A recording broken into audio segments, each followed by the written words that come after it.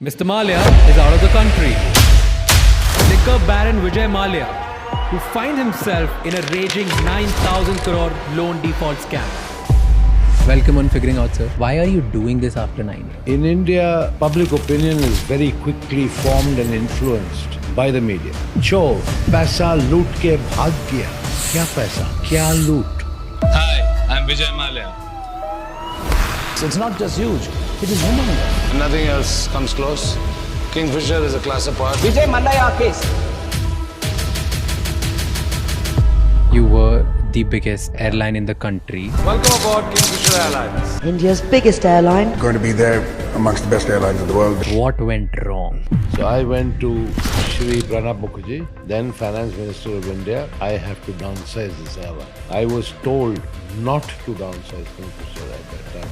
You continue, banks will support you. That is how it all started. Kingfisher Airlines has been forced to suspend all of its flights. Kingfisher Airlines has been struggling. At the time when you asked loan, the company was not doing that great. Please never forget, I gave my personal guarantee.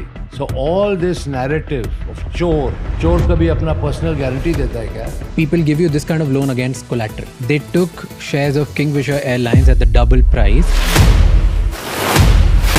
There's again a statement that your international employees were getting paid, Indian employees were not. The company in India had no money. It was UB's money of 260 crores with the bank under the control of the government of Karnataka. Court said no.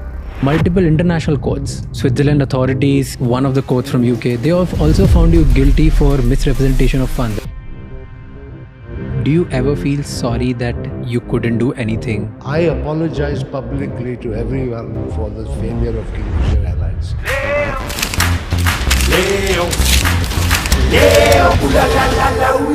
Here's what pissed people off. That in your private life you were enjoying. You had a grand birthday party, your 60th birthday party. Do you think you shouldn't have done that party? Why? Somebody mentioned that you took out 35 million euros and invested in buying properties in France. Rubbish. What happened between 2012 and 2015? I made 4 settlement offers to the banks, which they refused to accept. 2015, CBI started investigating you. They found you siphoning the money. 3rd March 2016, case needs to be heard or needs to be represented in front of Supreme Court. 2nd March, you left the bank. On 15th April, your suspension came for your passport. And 24th April was the revocation. Why didn't you reply? I'd like to show you something. Here is... What is the biggest challenge of doing business in India? government. It's in the Indian DNA. But how did you manage that before? Would there ever be exchange under the table as well? I'm not going to confirm or deny that because I leave it to your imagination. How do you make money now? Do you feel restricted now? What's your biggest fear now? Are you prepared for the worst? Have you ever imagined yourself actually going to jail? Would you be willing to return to country if you're assured fair trial? If I am assured, absolutely, I will think about it seriously. But This episode is not about glorifying a fugitive, nor it is about justifying any wrongs. It's about asking the hard questions to the man at the center of one of the India's most controversial financial stories. After 9 years of complete media silence, Vijay Mallya chose our podcast Figuring Out to speak publicly for the first time. I didn't do this podcast to celebrate him. I did it because I was curious. I read his tweets, I heard the headlines, but I'd never heard the full side of the story. Because the tweets that he makes are different than what the headlines talk about him. There's a mismatch. As a podcaster, my job is to ask every uncomfortable question, and I did. Vijay Mallya claims he never committed fraud. He says he wanted to pay back the loans, that his properties were seized and sold, and that he's being framed. He also says he's ready to face the consequences, whatever they may be, if he's given the fair chance of trial. I've tried to cover his childhood, business building, the man behind the image, the rise, the fall, the good, the bad, and the ugly, the life before and the life now. I'm not here to decide who's right or wrong. I trust the Indian judicial system to do that. This conversation is for those who want to listen, think, and question. It's not about taking sides, it's about understanding all sides. Watch this episode with utmost sincerity and let me know in the comments, what do you think?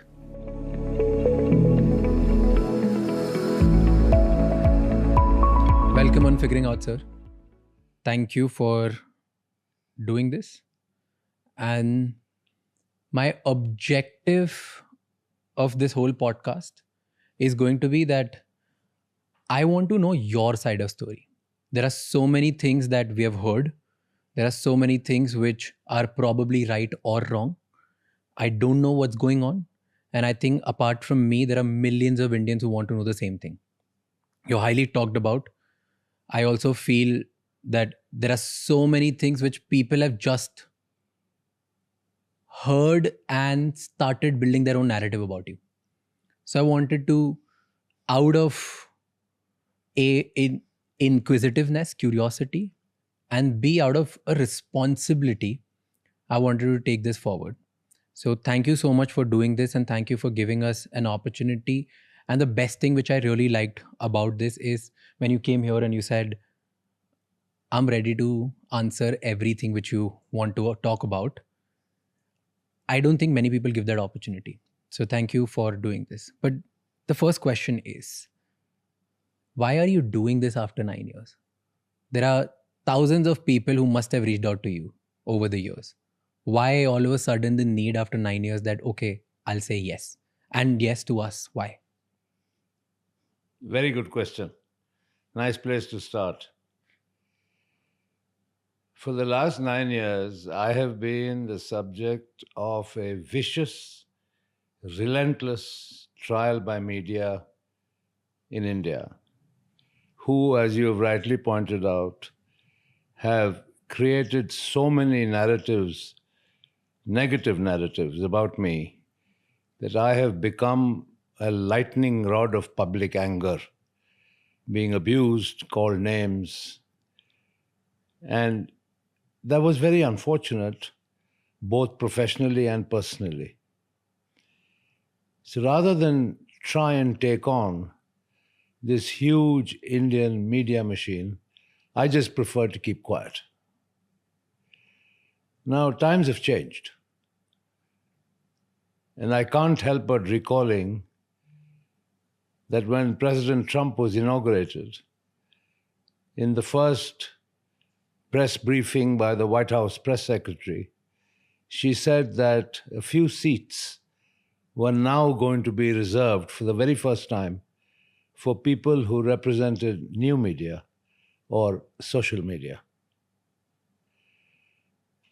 I didn't even know that a podcast existed, let alone understanding what a podcast really meant, until you told me and explained it to me in a manner that I got quite excited about, because here is my opportunity to not only answer your questions, but to say things that I truly feel would never, ever have been truthfully reported by the legacy media, particularly in India. That's why I'm here. Why do you think nobody cared about hearing you then? In India, it's strange, but public opinion is very quickly formed and influenced by the media. More importantly, by sensationalism. I still remember the anchor of one media channel in 2016 shouting and screaming on the television, saying, Vijay Mallya, I want to see you in jail clothes. I want to see you eat jail food, with an image of me in jail attire. What for? I always wondered what for. Subsequently, chor, paisa loot ke bhag gaya. Kya paisa? Kya loot? Nobody bothered to step back and think. But it was very easy to fling false accusations day after day and get away with it. One of the reasons I agreed to sit with you today is also because it is only very recently that finally the government of India, Ministry of Finance, has published a report, their annual report, in which they have acknowledged 14,100 crores recovered from me. Of course, this was following the finance minister's statement in Parliament. And the legacy media can't argue with that anymore. They can't put any spin on it anymore.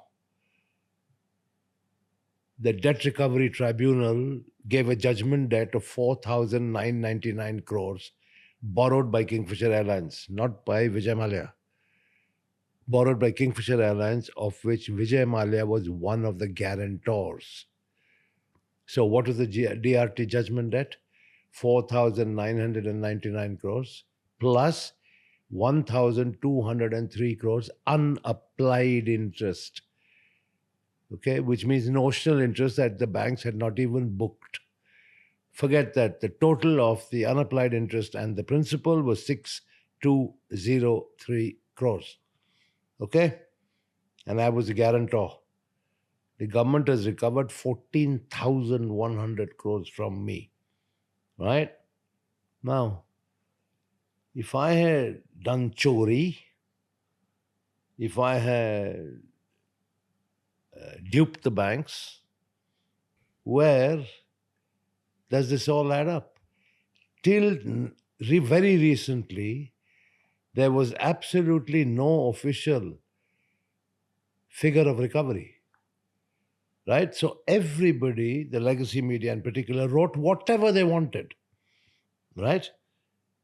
And I was in no position to contradict. Today, after the government of India has acknowledged the recovery of 14,100 crores, I think it's my turn to ask them what they have to say about it. Because you say that a lot of things about you are false narrative. Let's go down to from your childhood. We speak from the beginning and you tell me everything that people have been said, people think is wrong. Yeah. And I'll try to present the facts and the narratives which I have heard and which I have gathered through my research. All right. And if you're okay with counter somewhere, I'll counter you as well. No, please feel free to counter me.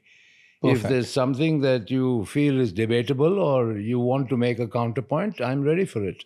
Perfect. Because I feel that's my little responsibility out there to hear the right side and the wrong side both and let then people think about it and let them make the right call. That's fair. Perfect. So before even I ask you about childhood, do you regret anything?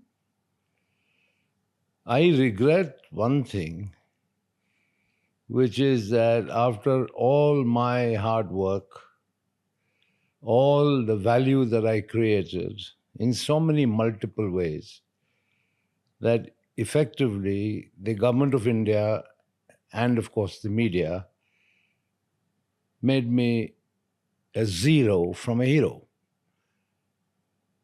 And that's a fact of life that I have had to stomach and live with. Now, whether that was justified or not is something that I'm sure will be encompassed in your own questions. Zero from a hero. Let's talk about building of a hero first. And we'll come down to zero again. So before the billionaire Vijay Mallya, before the controversies, before all of this flamboyance and scandals and things that people talk about, who was Vijay Mallya as a child? Where were you born? What did you do? How was your childhood? Tell me about it. Born in Calcutta, moved to our hometown Bangalore, went back to Calcutta, did my schooling there, did my college education there in Calcutta. And my upbringing under my father was a very normal, I would say strict upbringing. Really? Yes. Tell me an incident, strict childhood. Two things. When I was still in school, class 9 at La Martiniere in Calcutta, my marks were not very good in class. I was a mid-ranker. Only because I took a lot of interest in sport and extracurricular activities. But I didn't, concentrate fully on studies and my mark sheets. And he told me, and I think most people know it, he was exceptionally intelligent, was a product of the Doon School, I think topped his class. So he expected me to also top my class. Nevertheless, he said something to me which I think I remember till today. What? Two things made a profound impact. One, if you're not good enough, you are not going to step into my shoes. And the second thing he said, do you realize that while I say step into my shoes, there may not be any shoes at all, because the government and its then socialist policies may have taken everything away from us, and the only thing I can leave to you is your education. So take it seriously. I think I repaid some amount of faith because for my last 3 years in school, 9, 10, 11, I think I came within the top 3 in class, and he was quite happy about that. So weren't you a little spoilt as child? Spoiled? Oh my God, I was anything but spoiled. Really? You had all the fancy toys, you had all the things that you used to... Absolutely no fancy toys at all. That's completely false narrative. After I passed out of school, and when I went to St. Xavier's College to study BCom, my father was very clear. You go to college at 6 o'clock in the morning, and when you finish at 10:30, you go and work a full day at the office as a management trainee. I was put on a stipend of 400 rupees a month, and that 400 rupees never increased right the way my time through college. So that's all I got, 400 rupees a month, and was working, in those days, Phipson and Company Limited, Old Courthouse Street in Calcutta, every day after college.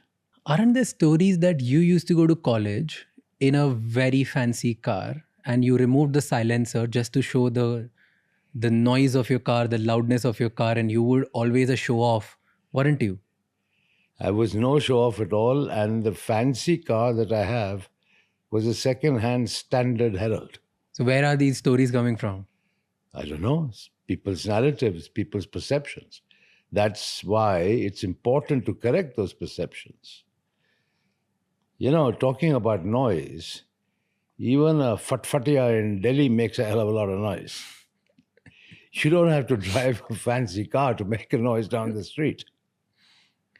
So you are telling me that all these stories of you having fancy toys, remote control cars, and then fancy cars with loud noises, all of this is false. Well, I may have tampered with the silencer of my car. Okay. Because I was always into kind of fast cars, loved motor racing and stuff like that. But, it still remained a Standard Herald. But why did you do that? Like just to show off like the noise and everything?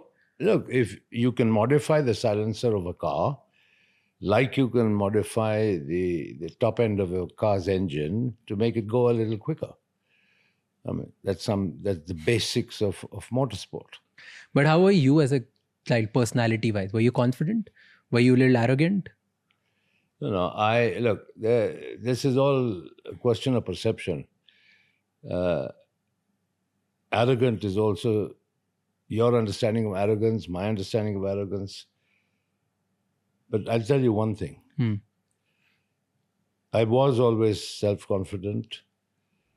And whenever I was invited to give talks at various universities and educational establishments, I always told the youngsters that when they start off life, they must be self-confident, because it is only self-confidence that will bring out the best in you. And I still believe that till today. And because I started young, I am passionate about youth empowerment. But this would have not been the case always. As a kid, we all have like a lot of insecurities. It's not always confidence. What was your biggest insecurity when you were growing up? I don't. Yeah, probably the biggest insecurity was when the examination results were due, and what my dad would have to say about it. But no, beyond that, my life is pretty plain and simple. Great bunch of school friends, great bunch of college buddies in Calcutta, not the glitzy lights of Bombay. And yeah, so it was pretty normal, but nothing fancy. But I had a very strict set of supervisors at work who were clearly instructed by my father to be tough with me, to make sure, I worked my butt off. And I'm none the happier for it. That's what made me.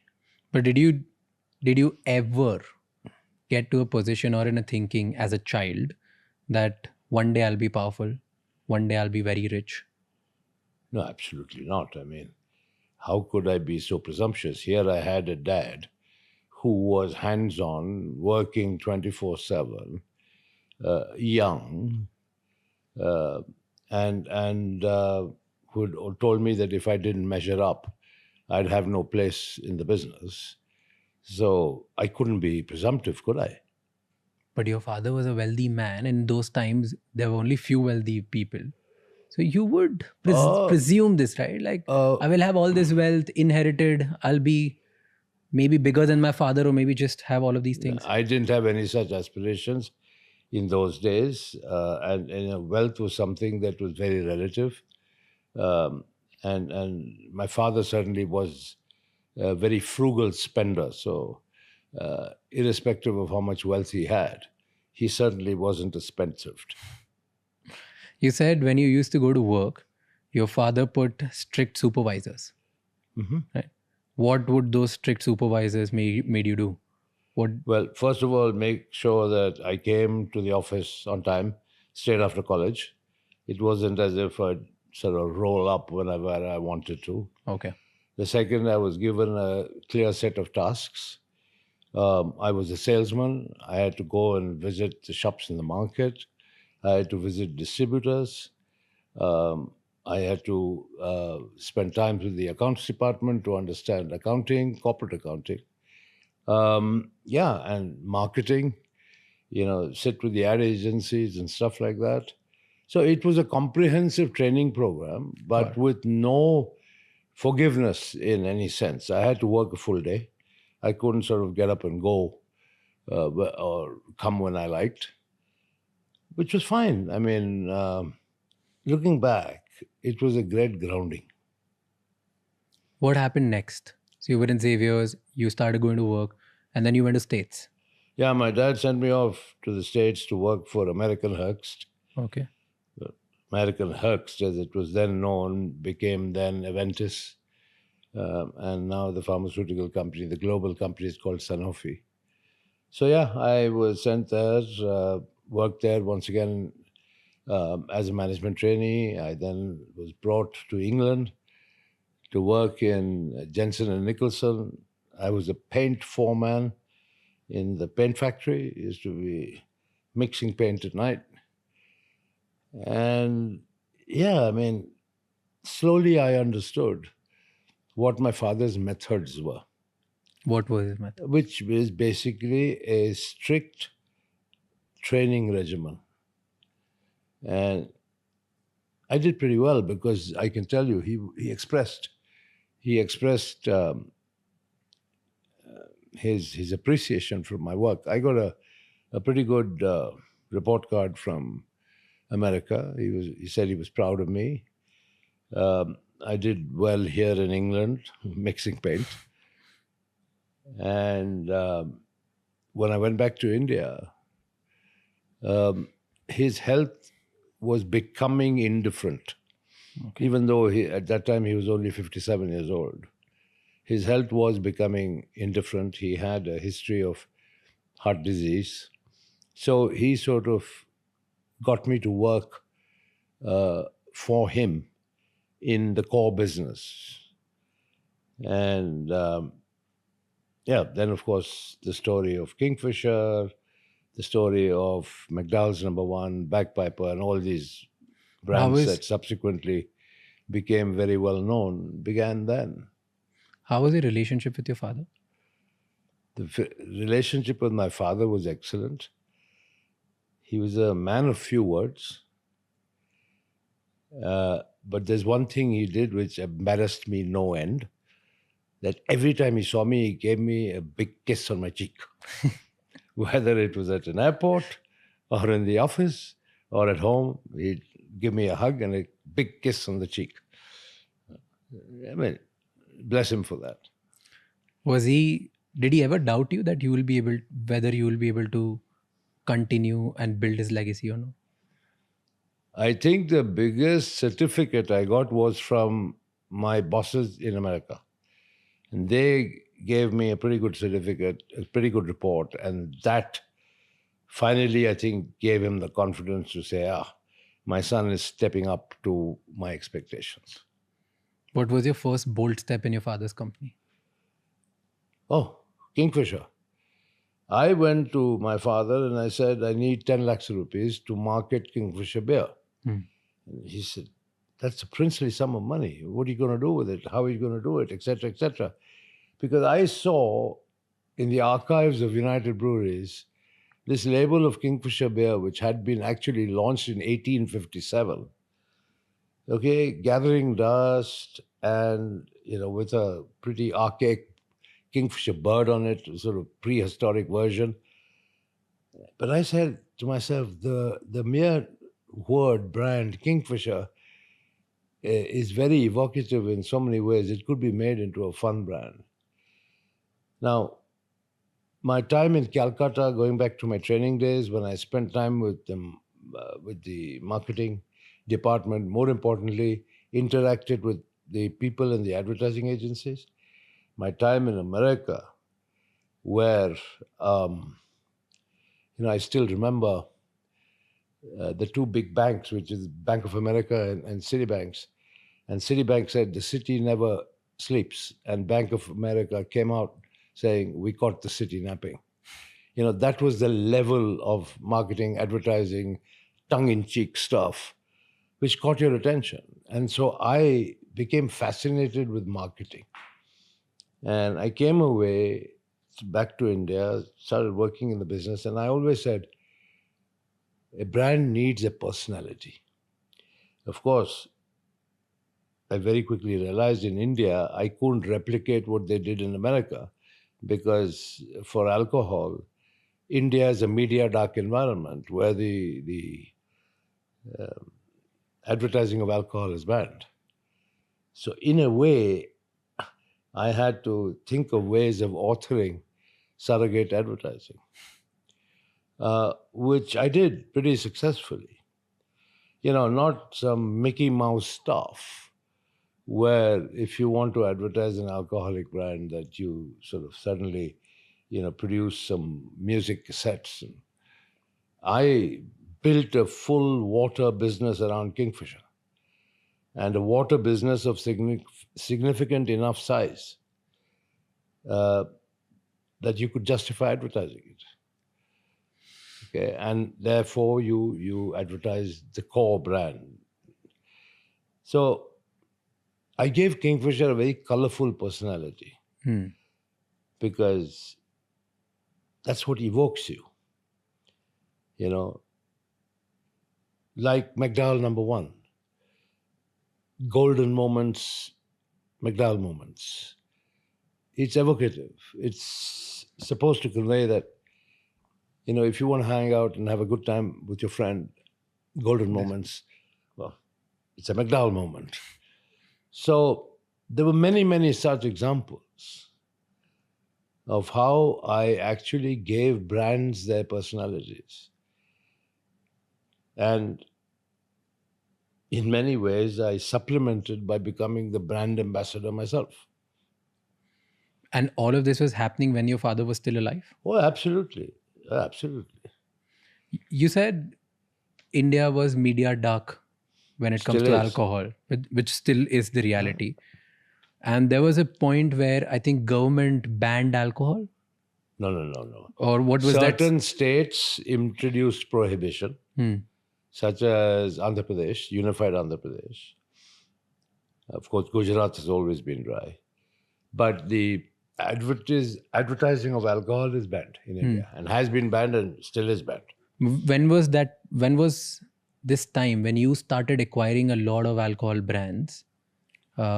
Because a lot of those brands were scared of the state because the state was getting involved in the alcohol business, or maybe they wanted to ban or prohibit certain things.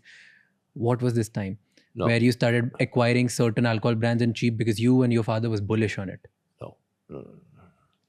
That was in 1977 when Morarji Desai was the Prime Minister of India, and he publicly announced that there should be prohibition all India. Okay, which means that alcohol should be banned across the country. So obviously the value of the stocks and shares of almost all alcoholic beverage companies, whether distilleries or breweries, fell. My father was very clear that prohibition could never succeed in India. And therefore, he bought. And so that's how we became number one by quite a fair distance. Because all those who panicked and sold out, my father acquired. But was there something you guys knew which others didn't? No, or it was absolutely. just pure conviction? No, it was just pure conviction because we knew that prohibition had not even succeeded in the United States. And plus, if you look at the amount of revenue generation for the state governments through the sale of alcohol, there's no way in the world that prohibition would have succeeded in India. What happened after your father's death?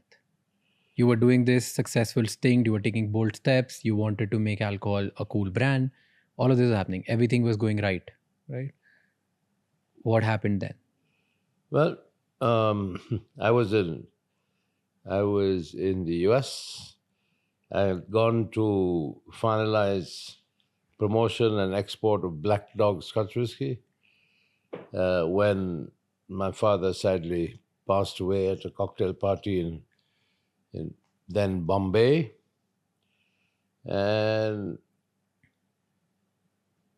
he was only 59. Nobody ever expected him to pass so young. I was just past 27. So I took the Air India flight and flew back from New York and performed my father's last rites. And then the fun began because my father surrounded himself with a few stalwarts. Meaning? People who he put in positions of great authority who were also very close to him personally. So he had somebody running the Western India businesses, somebody running the Eastern India businesses, somebody running the Southern India businesses. And don't ever forget, in those days, the structure was that United Breweries Limited was the holding company. And the other companies in the group were largely controlled by its largest shareholder, United Breweries, or they were subsidiary companies. And so the inevitable debate started on what next, what role I should have. Of course, people acknowledge that I was in the business. But people, I think, were a little reticent to speak openly about their own aspirations of being the chairman. Then something very funny happened. We had annual general meeting of shareholders that was coming due. And the shareholders in the front line who had seen me with my dad proposed my name. And that's how all other aspirants were silenced. because they couldn't publicly sort of get up and say that they were more qualified, particularly when it was evident I had shareholder support. And there I was installed in what I call the hot seat at a very young age. But fortunately, thanks to my upbringing, my father's insistence on proper training, familiarization with the business, time in America, time working with him, I wasn't raw. I had a fair amount under my belt to be able to address the challenge of the role. I was reading an article where it said that you didn't trust people who were in control at the time of your father's when your father was a chairman. So that's why you hired your people and your friends, because you didn't know that if you could actually go to them for the right advice or no. No. That's completely misleading. It's false. I never hired any of my friends. But let's put it this way. They would have been too young and inexperienced in any case. You know, I mean, as I said, I was barely 28. They would be my contemporaries. So the question of hiring them and putting them in management positions just didn't arise. But I encouraged a lot of professionalism from within. I mean, people who then became the president of the spirits division, of the breweries division, and all the rest of it. I mean, my father's time, the average age of the regional directors or the regional satraps was probably around 60, between 60 and 65. And in 5 years after I reorganized, I mean, the average age was about 40. Okay, and these were all professional managers promoted from within the ranks. I mean, yes, there were a couple of exceptions where I hired people from extremely well-known organizations like major consultancy firms, so on and so forth. But beyond that, largely it was all internal promotion. Give me differences between before. Okay, so when your father was the chairman versus when you were the chairman. Give me 3-4 differences what happened in United Breweries. It was the entire approach. For instance, mine was a decentralized, accountability-led approach. Okay. I would have monthly operating review meetings called MORs for each line of business. Okay. And that's all I wanted to know about how the businesses were performing on a regular day-to-day basis. I wasn't leaning over the shoulders of the management team and trying to micromanage things. When opportunities came along, then of course we'd had separate discussions. So if you empower people, accountability comes along with it, because people are also motivated to demonstrate their own capabilities. Now, my father's style was, as I said, far more hands-on, owner-operated, management style, and he spent a lot of time doing it. I had a lot of free time, as I will tell you as we proceed, because of this decentralization and this whole new management culture that I had Enough time in your hand. introduced in the UB group. And this was between, let's say, 1983 and 1986, 87. That is why I was able to then acquire the Berger Paints global business based here in the UK and actually become a non-resident Indian. In 86? 88. 80, okay. Yeah.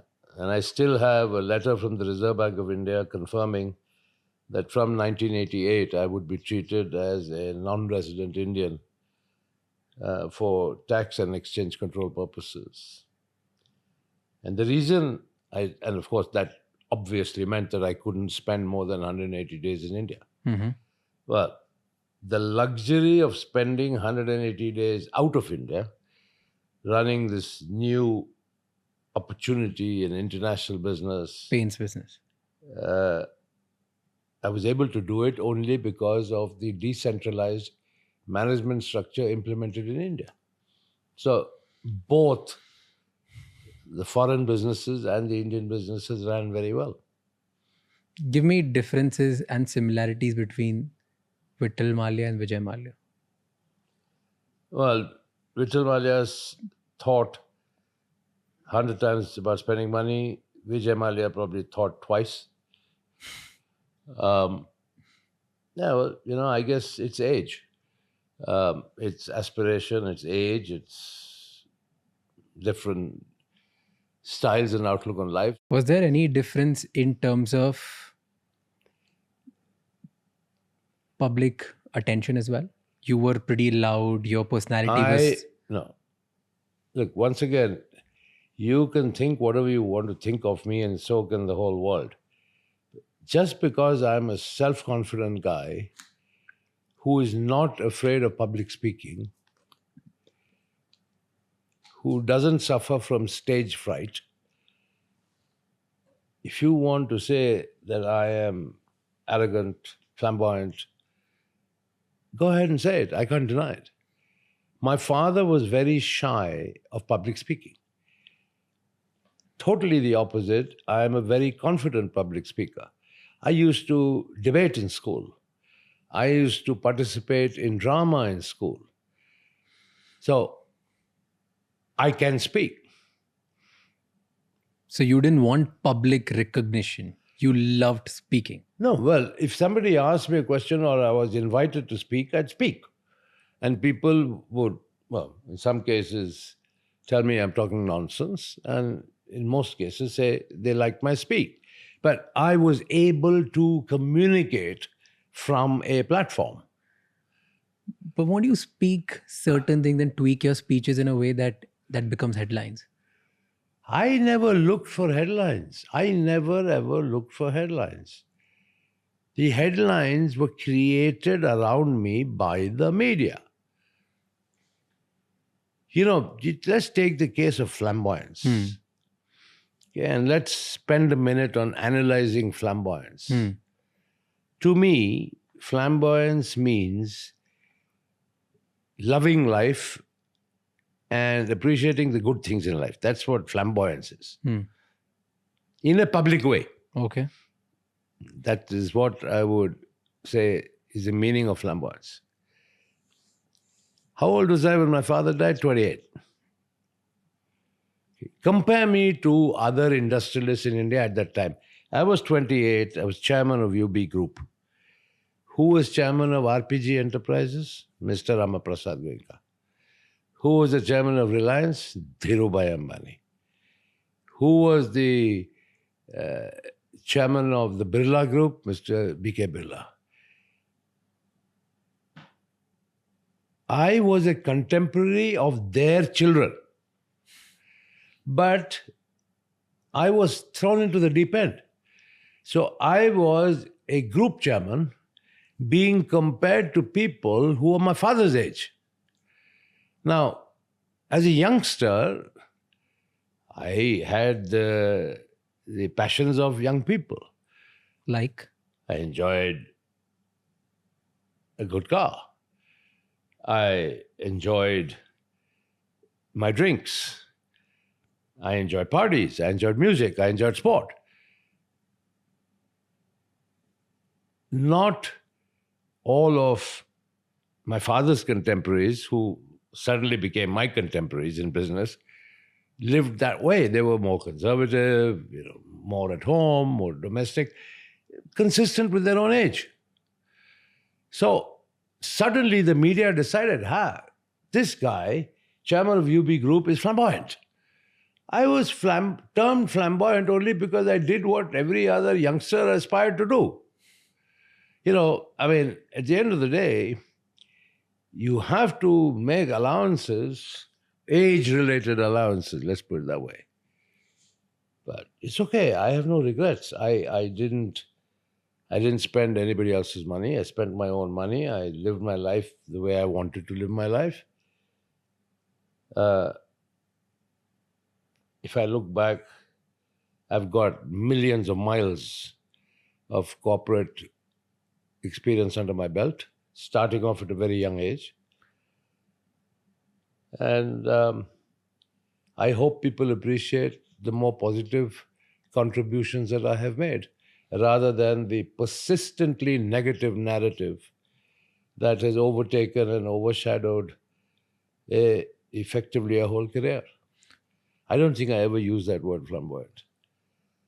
It was the media and the narrative they created around me that was flamboyant for their own purposes. Now, I just lived like any other moderately wealthy 28-year-old would live. No. Yeah, You lived absolutely. an extraordinary life. How can it be extraordinary? In what way? Do you know what the exchange controls were in India?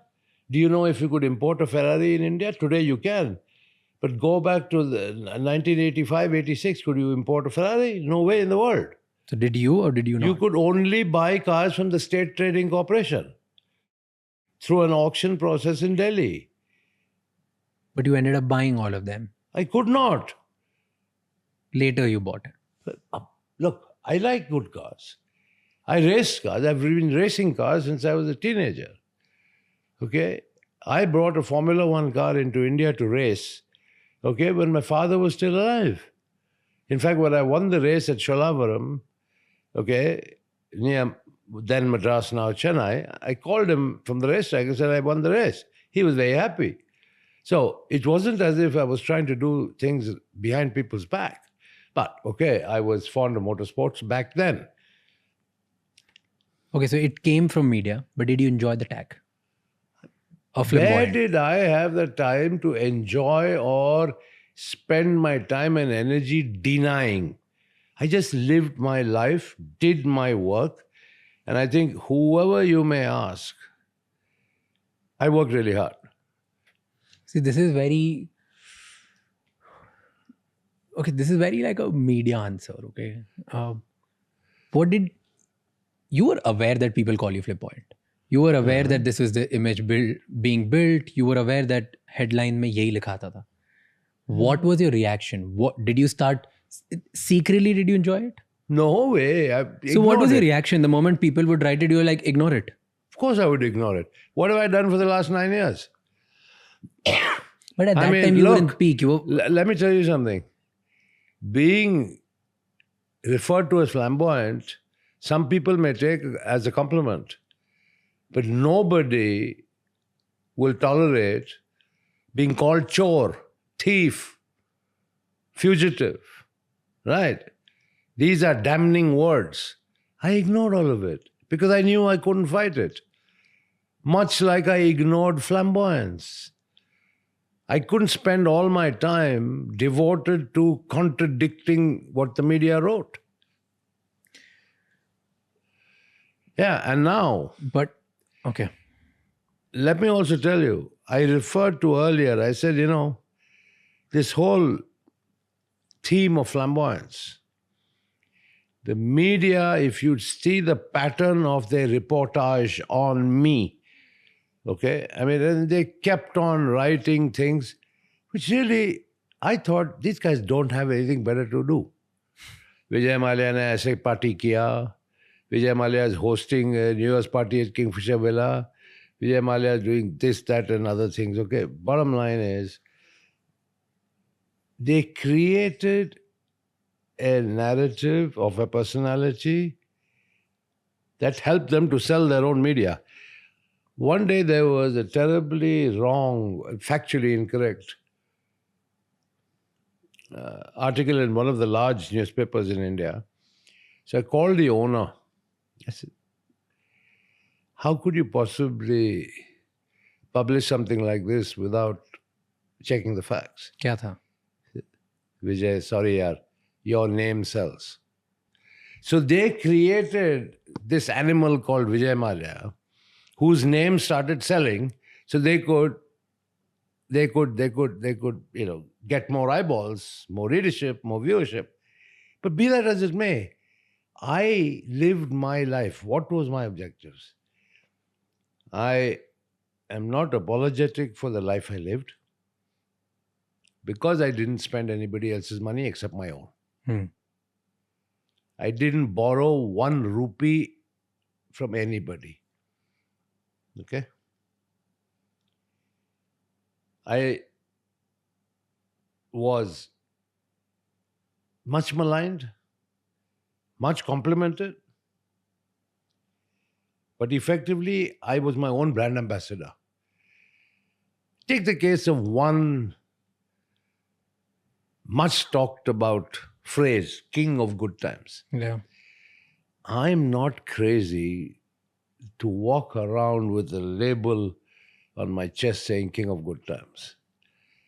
Read, and this is where somebody must make the effort. See the label of the Kingfisher beer that was developed. It says the king of good times. The personality of Kingfisher beer was the king of good times. Ulta media started calling me the king of good times. So tell me, me being the king of good times will not help sell the beer. But it did. Because the beer itself was the genuine king of good times. And the personality that I gave Kingfisher, promoting sport, promoting fashion, promoting music, sponsoring motor racing. So all the stuff that's exciting to youngsters, that represented the personality of the Kingfisher brand.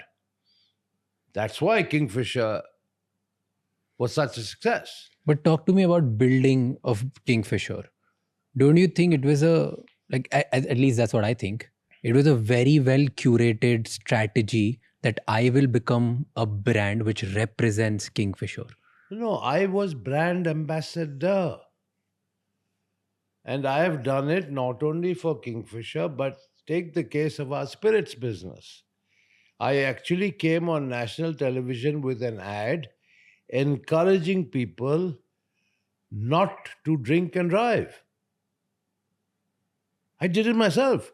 I didn't get some film star to do it. I did it myself. So becoming a personal brand was a strategy then. Of course it was. So then why does it bother you that you were Doesn't bother tagged me. as like the king Never of good bothered times? me. But that's what I'm saying. But I am not the person who labeled myself as king of good times. You It so curated happened that the media started calling me the king of good times. Fine. because subtly you curated this, no? I didn't curate king of good times. In what way? By doing actually what? promoting a lifestyle which every young person would aspire to. Why not? Young people are entitled to aspirations. Young people are entitled to improve lifestyles. Young people are entitled to treat themselves. But that doesn't mean I went around the whole world saying, well, you know what? I'm the king of good times. No way. Never said it even once. But you knew it will happen. No, I didn't. How should I care? I achieved my objective of making Kingfisher the #1 selling beer. That's it. How did that happen? So what happened along the way is irrelevant. Okay, how did this happen? Kingfisher beer, how did it become #1? Tell me story of Kingfisher. When I took over this business, Golden Eagle or Mohan Meekan Breweries was the largest beer company in India. Today, United Breweries Limited controls almost 52% of the beer market in India. Kingfisher is not very many product categories that can lay claim to 52% national market share. But yeah, Kingfisher is by far the #1 selling brand. That's because, yes, I curated a personality around Kingfisher, around fun, around excitement, around vibrancy, color. I created the brand and I achieved my objective. You take the case of McDowell #1. I mean, once again, this whole golden moments, McDowell moments, right? It was a little more sober than the Kingfisher ads because the target demographic was different. But It's the largest selling whiskey in the world today.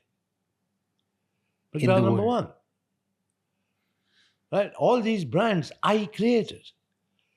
Tell me one turning point which just made everything good for you in Kingfisher. Kingfisher beer specifically. It's a sustained effort. But when was the first time you thought, okay, now it'll work? Because It was as far always as working. It as the from day brand- one. Yeah, when I relaunched in new packaging, right, make it more appealing on the shelf, started sponsoring music, fashion events, got more brand attention, automatically the sales started picking up. And then, as we went along, promoting our marketing strategy, which was clearly effective, the sales followed. Same thing with McDowell number one whiskey. Nothing's overnight. National brands are not built overnight. There wasn't one moment that you could pinpoint, or was it? How can you? How can you pinpoint a moment? Because it isn't like switching on and off a light switch. Why did you get conviction that Kingfisher beer will work? Because it was a little expensive than other ones. We had brands such as UB Royal, Flying Horse, we had Jubilee. Now you tell me, even though they were my brands, does any one of these evoke any excitement in you? No. But if I say to you Kingfisher, I mean, you take notice, right? So that's the platform I built on. All right. Similarly, as I said, I mean, you take the case of McDowell number one, right? It was targeted at a slightly higher demographic, but it went along with more sophisticated merchandising and stuff like that, which augured well for the brand. And today, as the Indian economy has grown, as consumer spending power has gone up, it's the world's biggest brand. Selling about 32 million cases per year. What was the biggest challenge in building of Kingfisher beer and McDowell's? I think... Or everything was just painted red and it worked out for you? No, there was nothing red about McDowell. It was all black and gold. The only one around that's red is Kingfisher. No, I think more than challenges, I look at opportunities. I mean, 2005, I bought Shawwalis, my biggest competitor. I mean, that propelled the spirits business, to number one position by far. Brought on board bands like Royal Challenge and all the rest of it. So, those were pretty bold business decisions, which once again, self-confidence.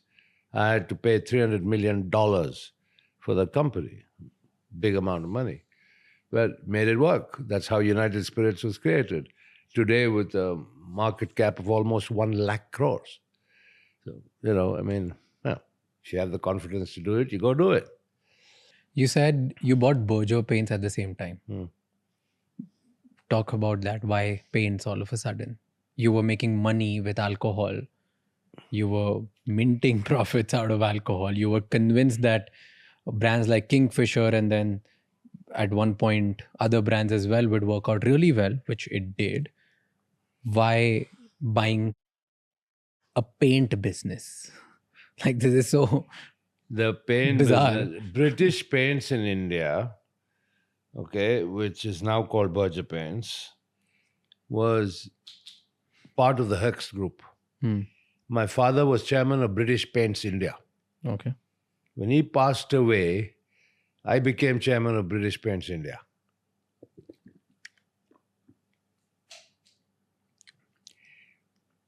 During my tenure as chairman of British Paints India, I learned something about the paint business. Right. Now, What did you learn about paint business? go back in time what I told you. When I was sent to America, then to England, I worked as a foreman in the Berger Paints Jensen Nicholson paint factory here in this country. So I not only knew about making paint, but also how a paint business was run, because I was chairman of Berger Paints. So when Hex Group decided to sell their global Berger Paints, headquartered in England, operating in the Caribbean, operating in Africa, in Asia, true multinational company. I went to them and put together a loan package with those days the Hong Kong and Shanghai Banking Corporation, and bought it because I had this aspiration of creating India's first multinational. That was back, as I said, 1988. Okay, so from being an Indian-centric business, I was operating in 25 countries worldwide, flying the Indian flag. So your objective is only that I want to take India or Indian business to the world? No, absolutely not. I was very focused on making a hefty profit out of it too. All right, which I successfully did. So I bought it in a leveraged buyout. And after that, I did IPOs. I did IPOs in Jamaica. I did IPOs on the Kenyan Stock Exchange. I did an IPO on the Singapore Stock Exchange and diluted our shareholding to 51%, but used the proceeds of the IPO to pay down the debt. Right? And then finally in 1996, I sold the entire business that was then listed on the Singapore Stock Exchange, and I made a fat profit. And I still remember, and I have no hesitation in saying this, that I went to my mom and I said, you see this piece of paper? This is what I earned. This is not inherited. I made it myself.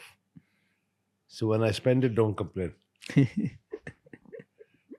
No, I mean, that's on a lighter vein. But yeah, I mean, I that was when, as a non-resident Indian, I made my first serious piece of money out of entirely my own initiative in a paints environment.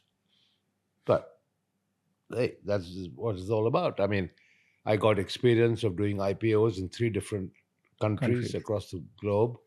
That was invaluable experience. Do you regret selling it? Because today Berger is, I think, 70,000 crore big business. That's only one Berger in India. I owned the global Berger all over the world, including India. I sold Berger paints in India to the Dingras. So do you regret selling Did a great it? job with it. No, God bless them. They did a super job with it. But And if it was doing so good, why did you sell it then? Well, it was bought by the Malaysians. Okay, and they came with an offer I couldn't refuse. I mean, they offered me some 2.5 times the quoted share price. Okay. You mentioned that you told your mother that I made this profit. Now don't complain when I spend it. Correct. Tell me your relationship with your mother. My mom brought me up. I used to live with her in Calcutta alone since 64, 65. And yeah, so she's stood by me like a rock. She's a very well-educated lady. And yeah, I mean, she's been living in England now for 30 plus years.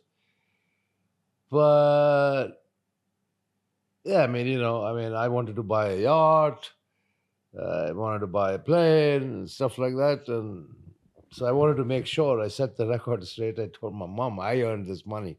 So if I spend it buying a yacht and spend it buying a plane, don't complain. Did she complain? No. Never. But why did you say that then? She enjoyed the yacht. What? Okay. Why did you say this to her then? Was she like frugal? She would ask you not to spend? No, it isn't that. I mean, it's natural for a parent.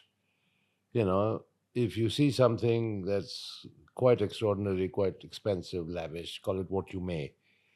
It's normal parental reaction to ask the child, why are you spending money or whatever. So, I'm just telling you, I made a joke out of it, but I was very proud that was money I earned. It wasn't money I inherited. Tell me one lesson you learned from your mom. Oh, I've learned many lessons from my mom. Don't waste time in life arguing. It's not worth it. Use your time productively. Think positively. Don't keep arguing with people unless it's a matter that's going to get you somewhere. And which argument gets you anywhere? And what did you learn from your father? Give me one lesson. Something that you can't forget. Hard work and an ability to read a balance sheet, company balance sheet. He was really good at it, right? That's what it's written about him. Superlative at it. Do you miss your father? I don't think I'd be as good, but I think whatever I learned from him was good enough for me to produce some excellent, robust balance sheets in all the companies I ran. Do you miss him? Well, who doesn't miss a dad? But, it's now 1983 to 2025 is a long time. What do you miss about him? You can't keep missing somebody for 40 years. Life is too short for that. But do you think he would have been proud of you today? Well, I would hope so. Certainly not proud of me being called chor or bhagoda. And certainly nobody would be proud of that. Certainly no parent. I know my mother gets very agitated even today. She's 98 years old. And every time she sees the Indian media, she's reduced to tears. Obviously, it hurts her more. I'm probably more thick-skinned, more robust, and I just ignore it. But, at that age, my mother doesn't. And it's very unfair what has been written, what has been alleged, because it's complete nonsense. Let's walk through the case. Let's start from the point of what happened in Kingfisher Airlines. Okay. When did you decide that you want to start a Kingfisher airline? 2002, 2003. And you just... Okay, so here's the story. Hear me out. What I have gathered from reading about it is one day, out of blue, you go to an AGM or like just a board meeting, I think, not AGM. It was a board meeting where you announced that on my son's birthday, we are going to launch Kingfisher Airlines. Your CFO was not happy about it, but you still pursued and you want to do it. This is what is reported. What was the reality? Tell me the truth. The truth is the Damania brothers from Bombay, who previously had Damania Airlines, came and made a presentation to my CFO, Ravi Narungadi, saying the time is ripe to start an airline now. Okay.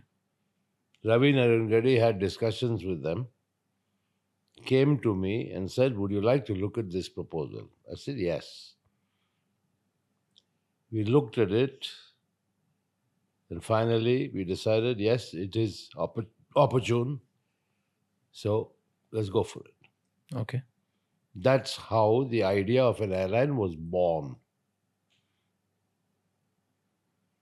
And then you didn't take anyone in confidence. You would just, hey, out of nowhere, I think we are an alcohol business. Now we want an airline business. No, there's nothing wrong in diversification. The UB group has had a history even during my father's time of operating food processing companies, petrochemical companies, electromechanical companies. So, diversity was nothing new to us. So your initial plan to launch an airline was 7th May 2005, but you ended up launching on 9th May 2005, right?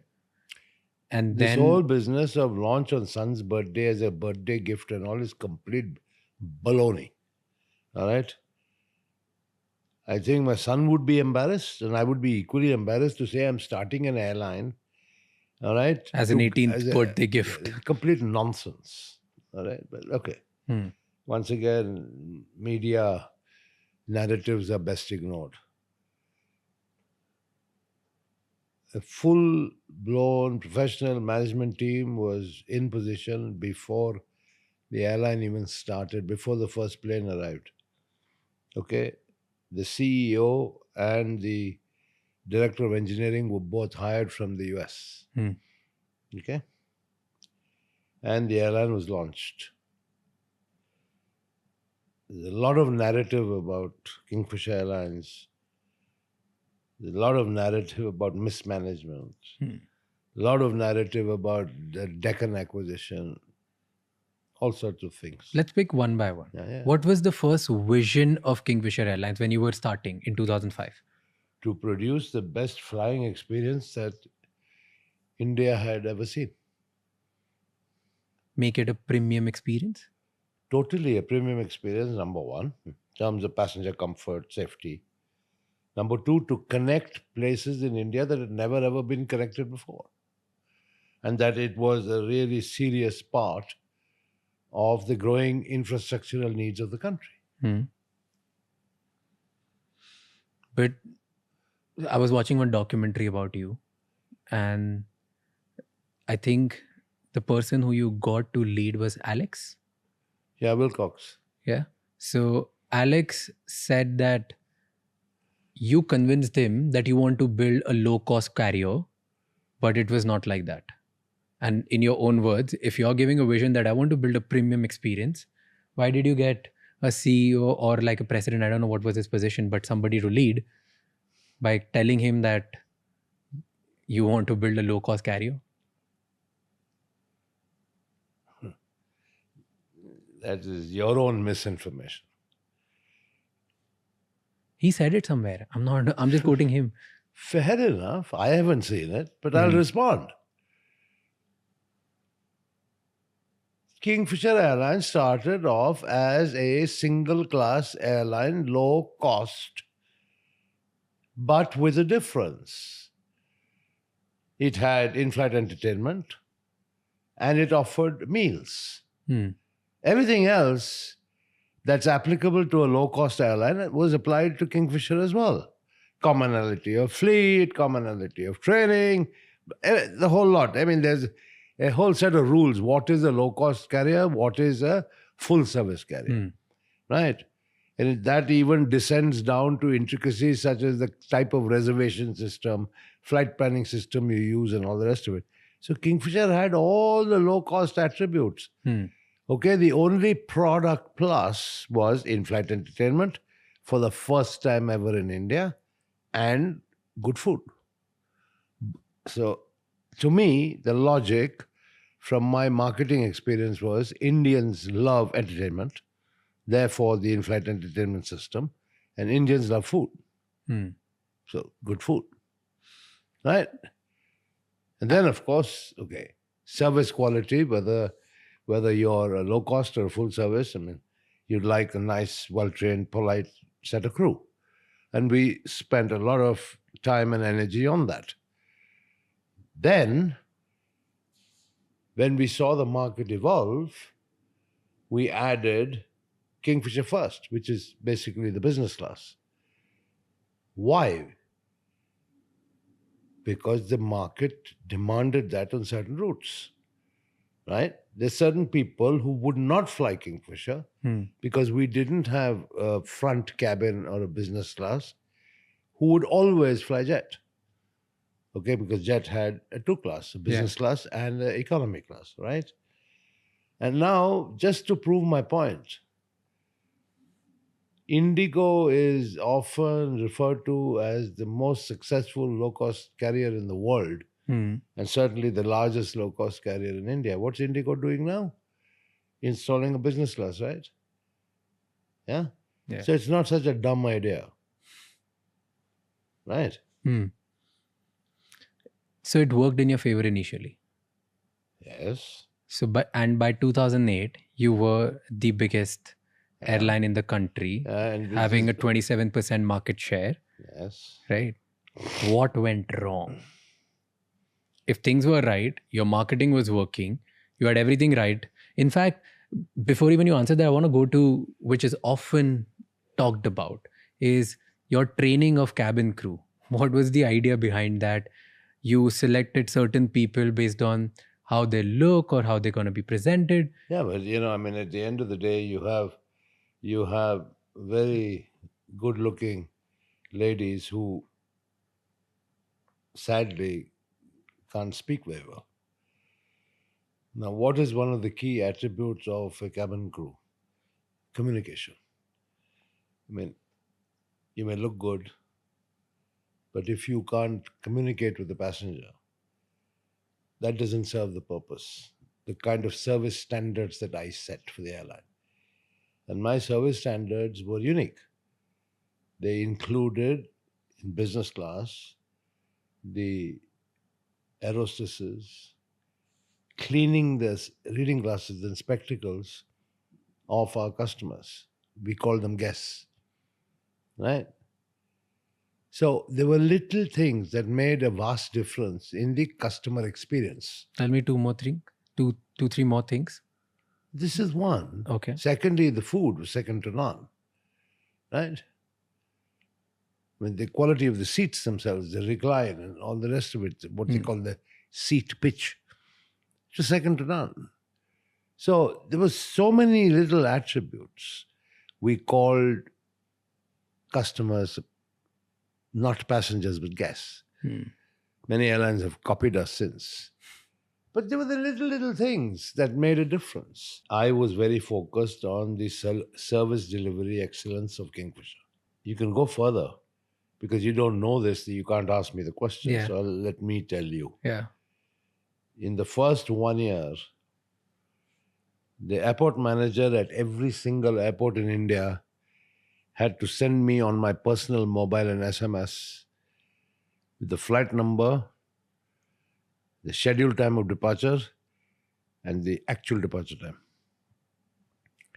So every night before I went to bed, which was rather late, I used to look at my phone, every single flight of Kingfisher of that day.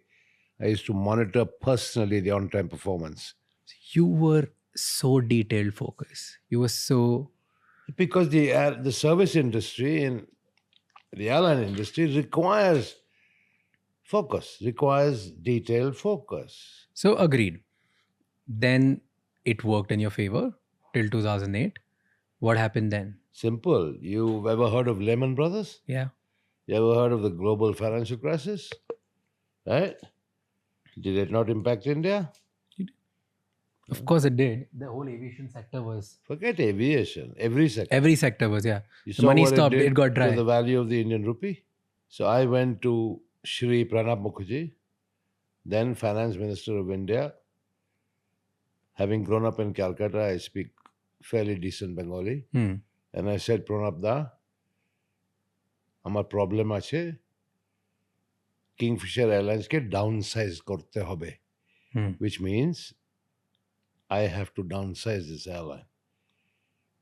I have to cut the number of aircraft. I have to lay off employees, right? Because I can't afford to operate under these depressed economic circumstances. He said, no. At this time, connectivity is important. Yeah. The jobs and employment are important, particularly because, typically in an airline, they're not blue-collar workers. They're not like workmen. Yeah.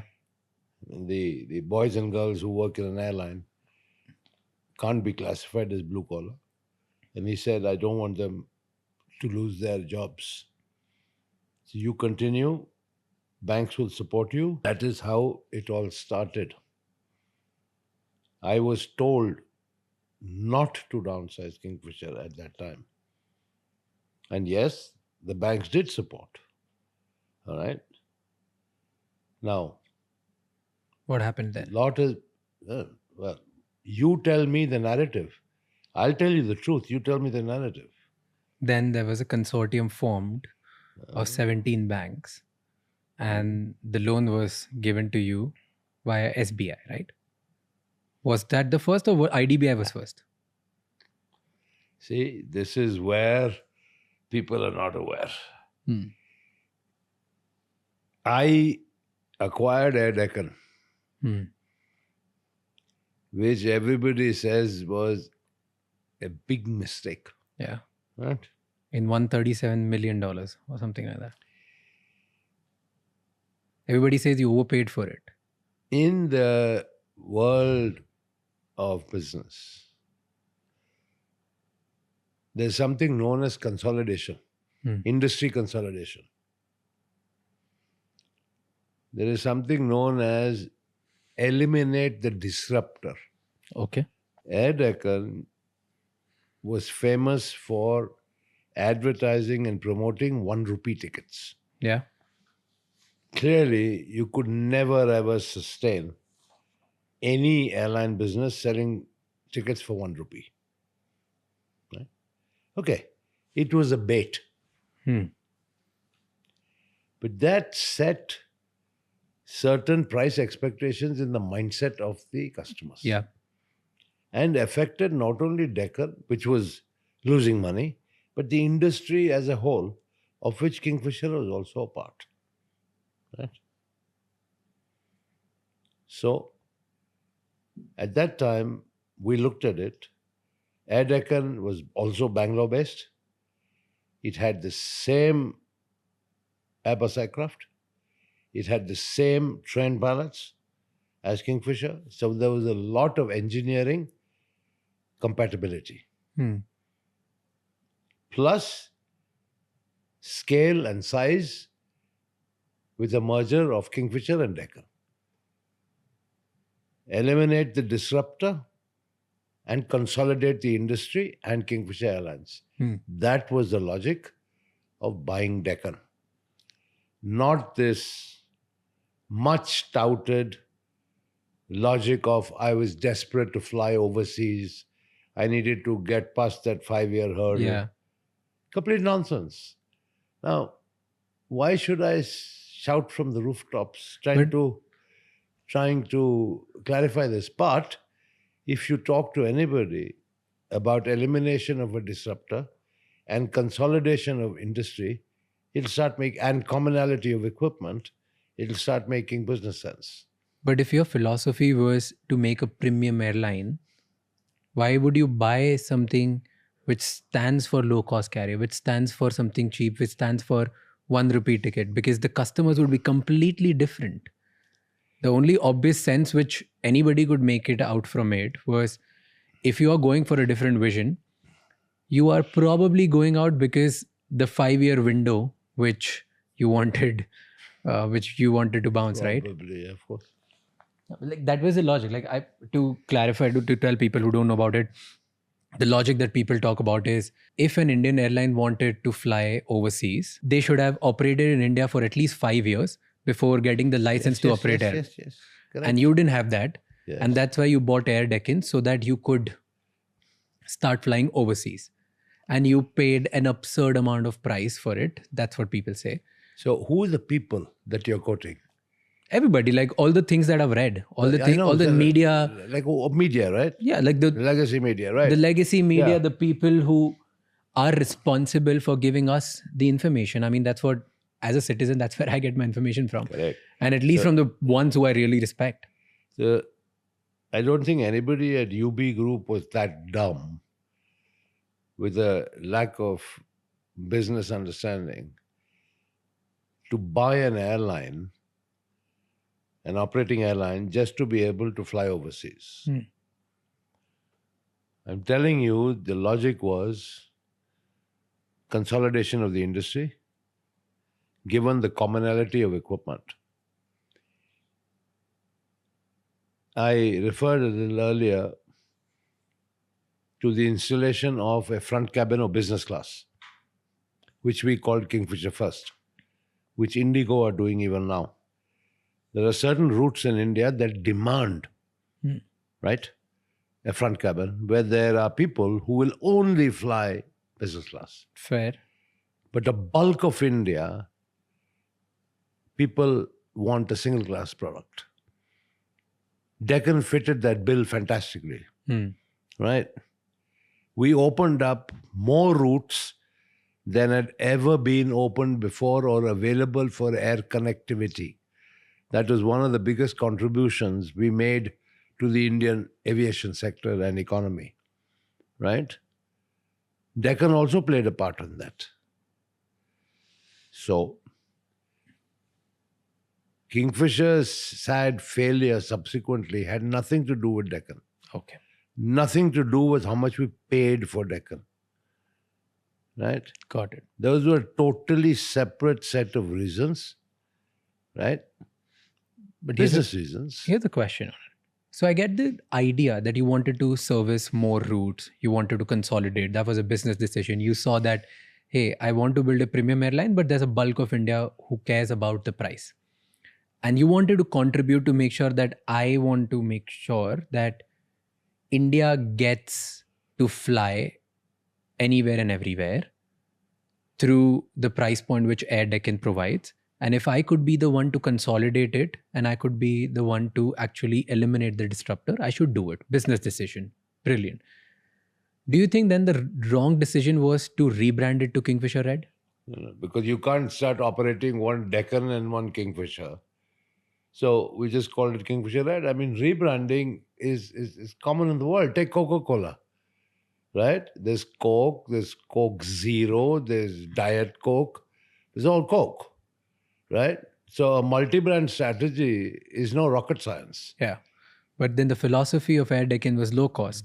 And in Kingfisher Red, so Kingfisher stood for premium, Kingfisher Red stood for low cost. It was differentiated Kingfisher first and Kingfisher Red. Okay. Right? You tell me something. What's the difference between Coke Zero and Diet Coke? Tell me. Just two names, I don't know. Yeah, fine. What's the philosophy behind it? You don't know.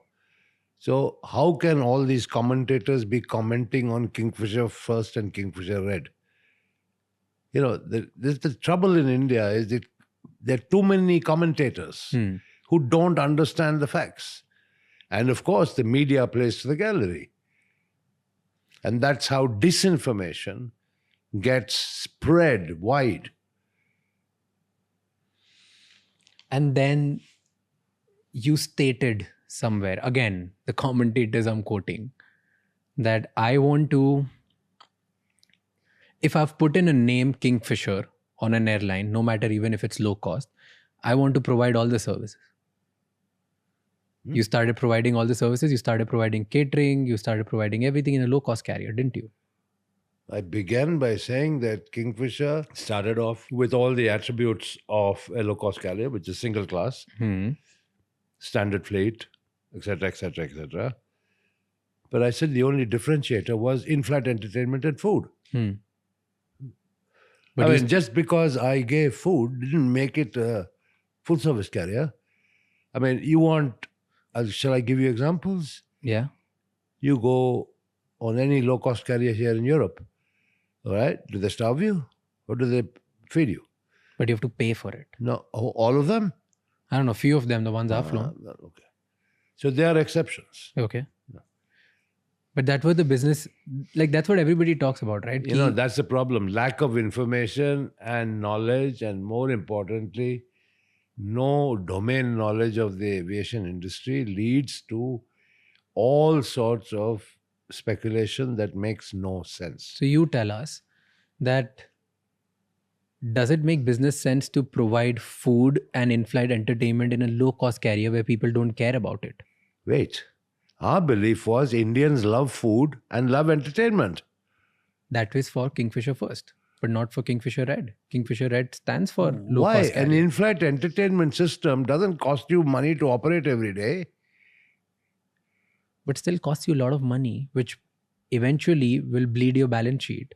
Really? I'm asking you. Well, not in our opinion. Do you think that was the wrong decision? What? Just To acquire providing... Deccan? After acquiring Deccan, giving all the services of a full service carrier in a low cost carrier. The full service carrier part of it was very distinct from the so-called low-cost carrier. At the end of the day, however you may refer to these business models, it's all about the price your customers are willing to pay and whether you can fill your planes. Simple. So All models are academic and theoretical that really are irrelevant. But your critiques say that you were competing against other low-cost carriers. Like At that time, was it? I think Indigo started at that time, and That's it. Spice started at that time. No. I think Spice. Spice was there on and off, Yeah. but Okay, so- more off than on. So you were competing with low-cost carriers with their pricing, but you were providing something extra, and that's why your business model was bleeding more money than them. And you expected that this will turn into loyal customers, but the moment you increase price, people would not fly your flights. Was it true? That's what the critics say. They are all aviation experts. I have nothing to say. So where was the problem? Then if this was not the problem, then what happened? The problem was the government. The problem was fairly and squarely the government. And they've made a lot of political hay out of this. When I used to write to Prime Minister Manmohan Singh, when I used to write to the civil aviation ministers, ministers of finance, the cost of crude, international crude, went to $140 a barrel. The price of aviation turbine fuel in India was directly related to the cost of international crude oil. So you can see that from an average of about $60 a barrel, crude oil went to $140 a barrel, with the resultant and equivalent increase in the price of aviation turbine fuel. The state governments levied an ad valorem sales tax on aviation turbine fuel. So you can yourself now begin to imagine the financial impact on the airline operating, where fuel costs are the single largest component of cost. So I pleaded, I said, look, please give aviation turbine fuel declared good status so that it attracts central sales tax and not this punitive ad valorem state sales tax, right? Because the states are making windfall profits. Anyway, that the government did not do. Okay. Aviation is regarded as a capital-intensive industry, right? It's acknowledged as such worldwide, right? They would not permit foreign investment. It was said that only 6 months after Kingfisher Airlines shut, right, that they permitted Etihad to invest in jet. I had already reached agreement with the CEO of Etihad in Geneva for them to invest in Kingfisher, which government did not permit. So we could not capitalize the airline through a foreign investor either. Why didn't they allow? You should ask the government, right? So my point is, the economy, the circumstances, the government policy then existing, all conspired to create a perfect storm through which Kingfisher could not survive. I mean, that's the sad part of it. If you talk about Kingfisher, the concept, and UB Group's diversification into aviation, I'll answer it in one sentence. The two biggest orders for aircraft in the world today are Air India and Indigo, both Indian carriers. The fastest growing aviation market in the world today is India. Now, if you yourself acknowledge that in 2008, Kingfisher was the largest airline with a 27% market share, had events not conspired against us, right? you can imagine where Kingfisher could potentially have been today. But sadly, not all businesses work out. Sometimes you win, sometimes you lose. While this, like 2008 turmoil happened, and you had your own challenges with Kingfisher, but there were good things in your life which were happening as well. One of them being sports. So you bought IPL team, RCB, Royal Challengers Bangalore. How did that happen? When did this idea come to you? Were you approached? You approached? What was it? Tell me everything about it. Well, I think I've already explained to you the concept behind building a personality for a brand, about communicating marketing ethos via sporting events, via music events, and various other forms that would be attractive to youngsters. I just acquired Shaw Wallace, and one of the biggest brands that I acquired was Royal Challenge whiskey. And I was thinking of ways and means of now taking Royal Challenge whiskey to the next level, which required a lot of marketing, innovation, thinking.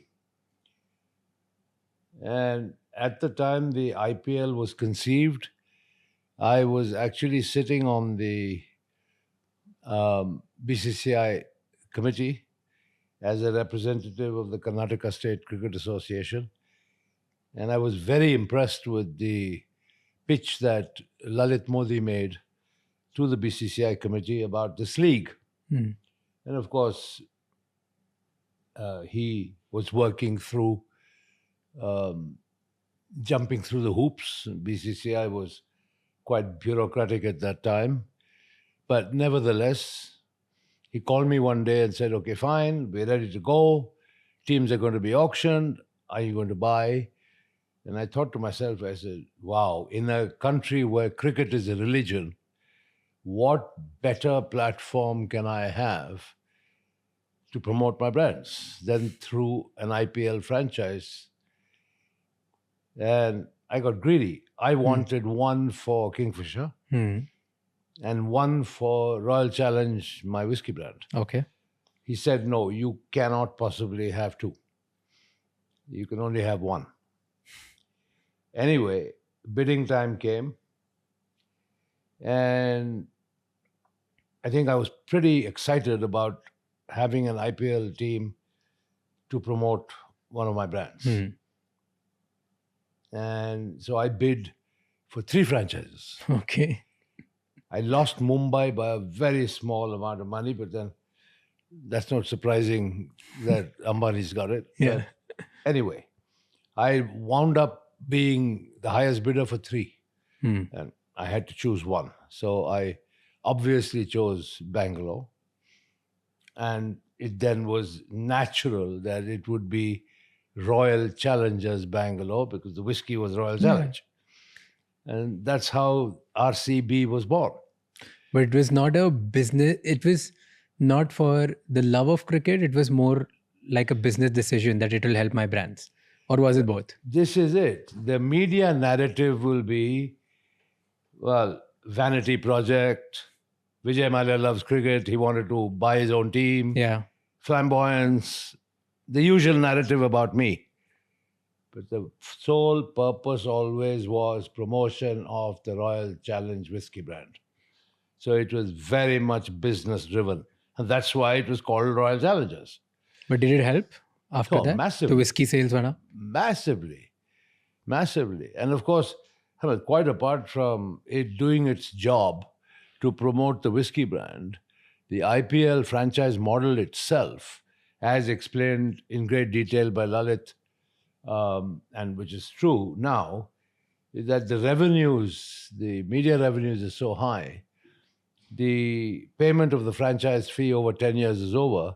So now there's a significant net profit for every franchisee. It's like a very profitable running independent business. So much so for it being a vanity project. How much did you buy it for?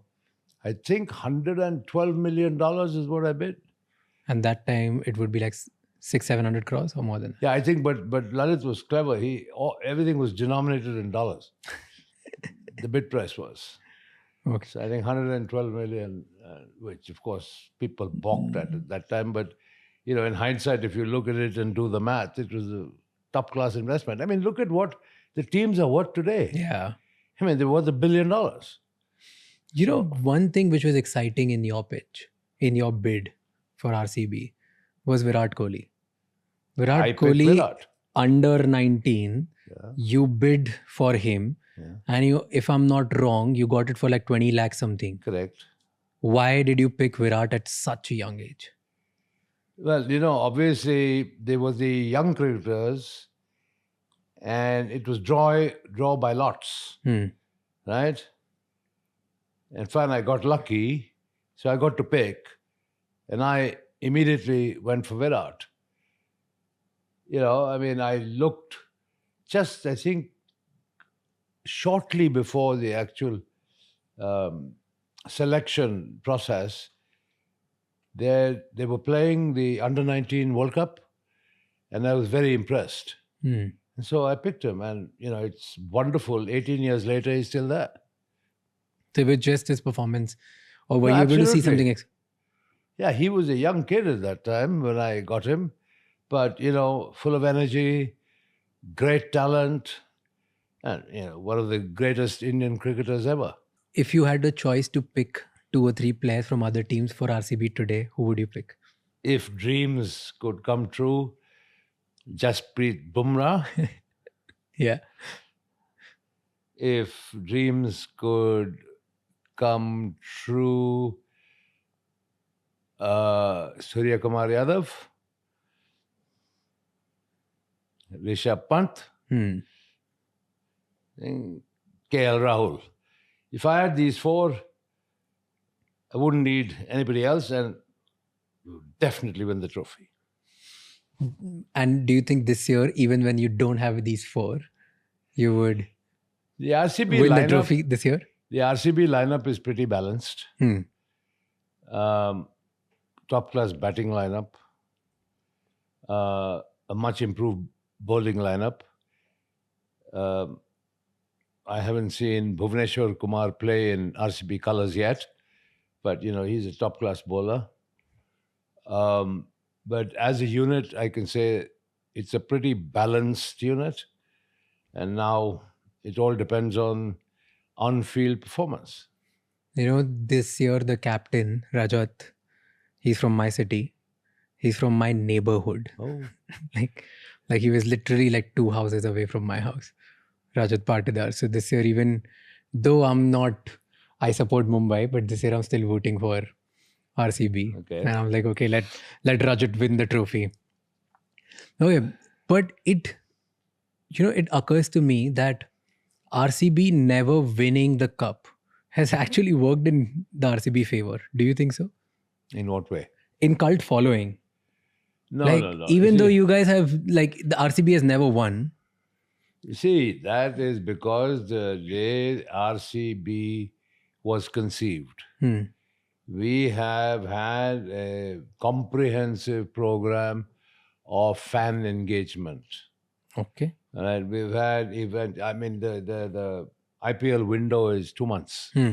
Well, we have had activation programs stretching over all 12 months to keep the RCB fans engaged. So it is once again a clear-cut marketing strategy and fan engagement strategy, which has worked. That's why we have such extreme loyalty that win or lose, the chant of RCB is always there. Give me an example of the marketing trick you There's have. so many. I mean, you watch the activations of RCB. Longevity, right? You remember Ooh la la la le le oh? Yeah. Remember? Yeah. Ooh la la la la la, oh. Yeah. When was this conceived?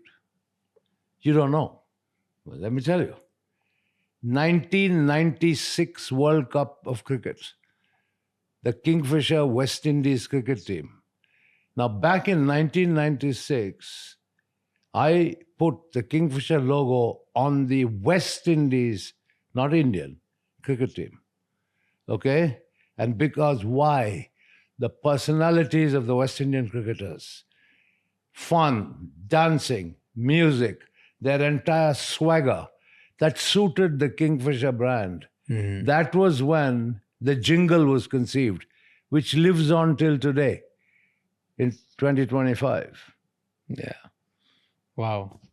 It was conceived before I was born. And I still remember it. So you have been king of marketing. You have done so many marketing gigs, right? Was the Formula One also a marketing stint for Kingfisher? See, I told you earlier that I've always had racing in my blood. I've always loved racing cars. I was then involved with the motorsports clubs in India. I was chairman of the Federation of Motorsports Clubs of India for many years. And the job of the Federation was basically to promote motorsports in India.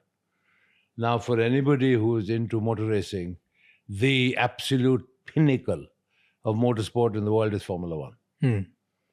Right? Now, what is Formula One all around? The image of Formula One, big box, glamour, seriously competitive racing divided by hundredths of a second, full of excitement, etc., etc., etc. All the attributes I have employed in different ways for my brands. And plus being a motor racing enthusiast, right? It was a dream to have a team on the F1 grid.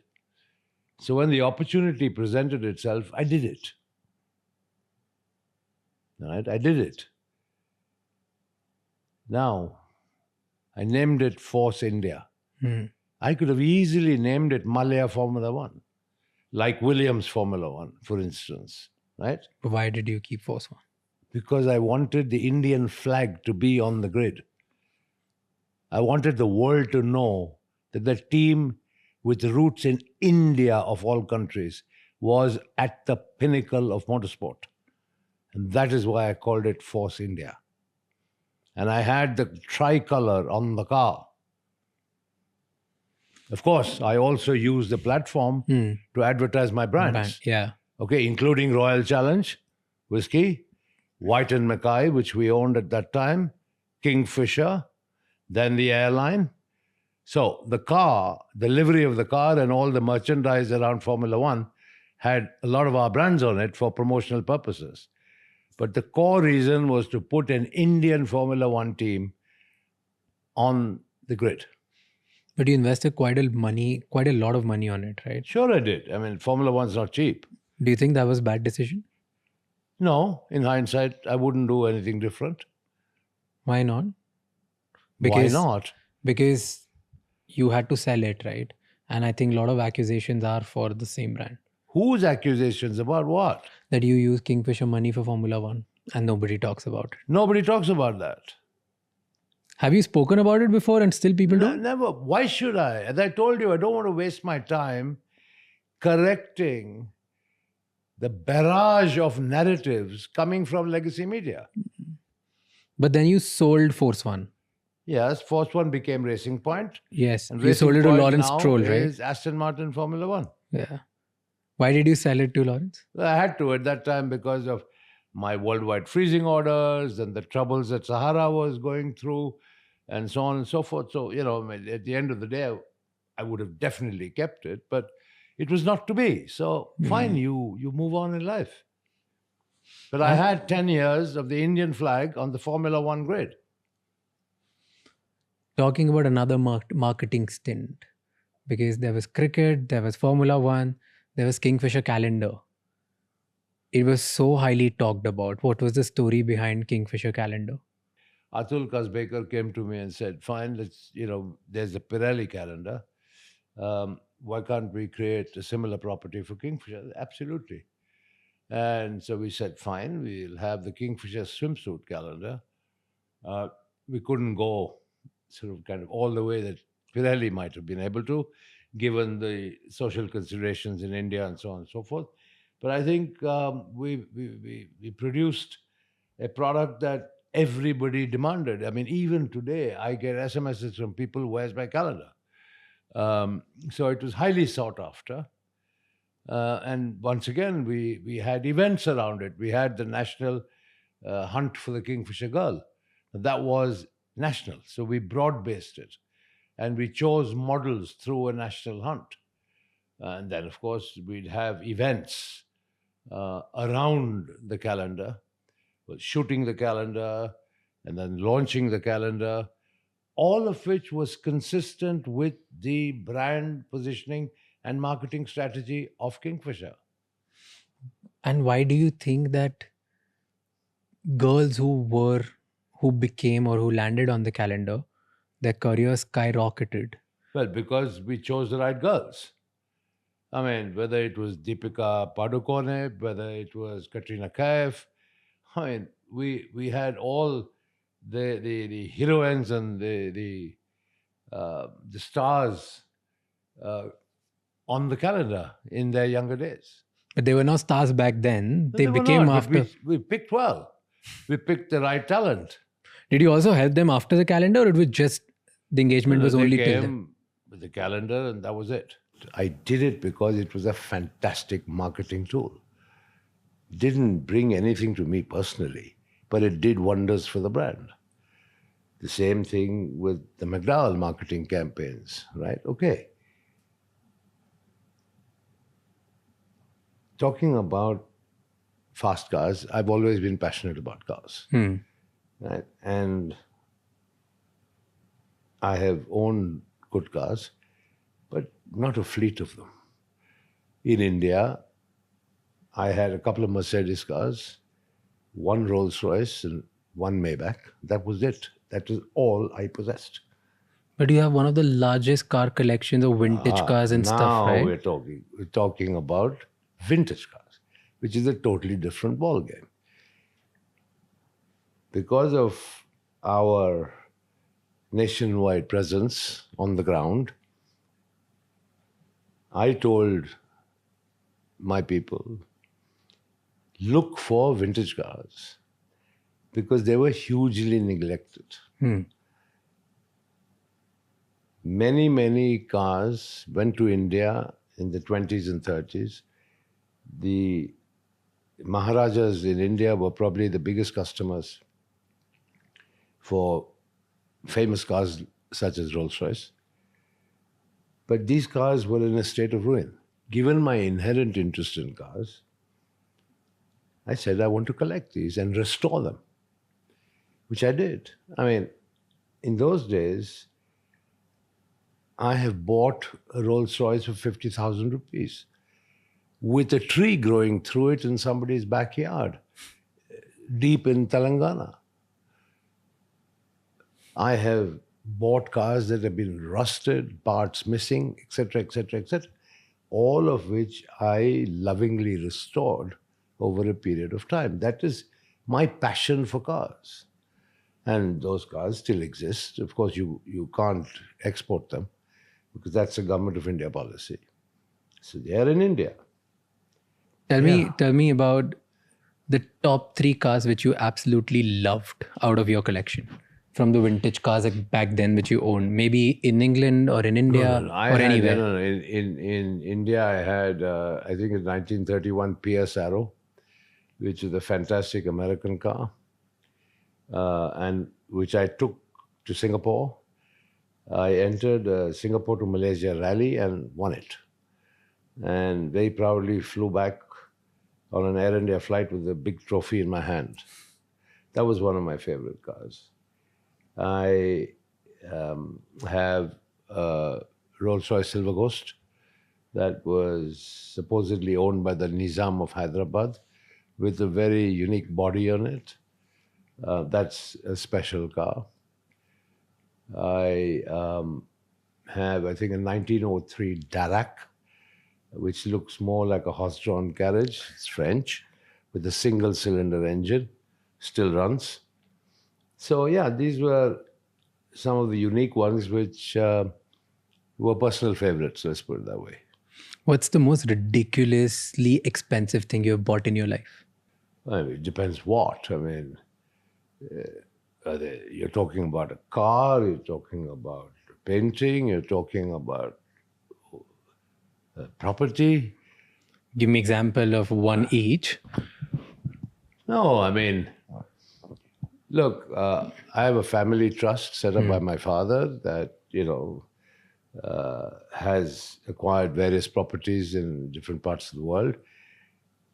The media said I had over 20 properties, probably one in each country I went to, which is, once again, a hugely erroneous exaggeration. Yeah, sure, I have properties in England, properties in America, where my kids live. I had a lovely property in France, which you rightly pointed out, owned through Gizmo, which is a holding company. And then when I had the big brewery business in South Africa, we had a home in Cape Town, which was sold when the business was sold because I had no reason to keep going there. That's about it. And you talk about one of your houses, which was very spoken about, actually two of them. Yeah. One is that big bungalow, which is in India at the Kingfisher That's in Tower. Bangalore. Bangalore. It What was the started, intent? It started off as a joke. Okay. What story behind the it? brewery house, which is the bungalow, was on that piece of land for over 100 years. That's where I grew up. In that bungalow? Yeah, that's where my father lived. And so when these developers came and asked me that land should be developed and that it would be very beneficial for the company and that there was a huge profit potential, I said, I should put the company first and unlock the value and the potential rather than be selfish and say, no, I'm not moving. So in a joking way, I said to Irfan Razak of Prestige, very dear friend of mine, top man, I said, Irfan bhai, if you lift this building and put it on top of the tower you want to build, I'll agree. He said, okay, that's what we'll deliver. That's what they did. Wow. What is there inside the house? I always wonder every time I go to Bangalore. It's unfinished. It's unfinished because it's embroiled in this UBHL liquidation controversy right now. But, given that the banks are settled, and I think UBHL should come out of liquidation and be restored to its shareholders, which is what I'm working on now. Was this also a reason why, because you marketed so well and you marketed at the place or with the tools, which were very, very public in nature, very loud in nature, there was a line which I read in a newspaper which said, you are a showman and your father was a businessman. Is that why people misunderstand you? Because of the nature of your... My father was a businessman, and I really am not concerned about being referred to as a showman, because the showman created the world's largest alcoholic beverage company, which my father as a businessman would have loved to see. Do you think your father, if he was here with you, things would have been different for you? You would not land in this? Absolutely not. Absolutely not. I mean, if you see what I've been through, it's illogical. It is a sustained campaign and a sustained attack on the government's favorite poster boy. Right? Now, whether my dad was around or not would not change anything. What has been attempted and what is being done. Till now, the government officially recognizing and admitting that 14,100 crores has been recovered.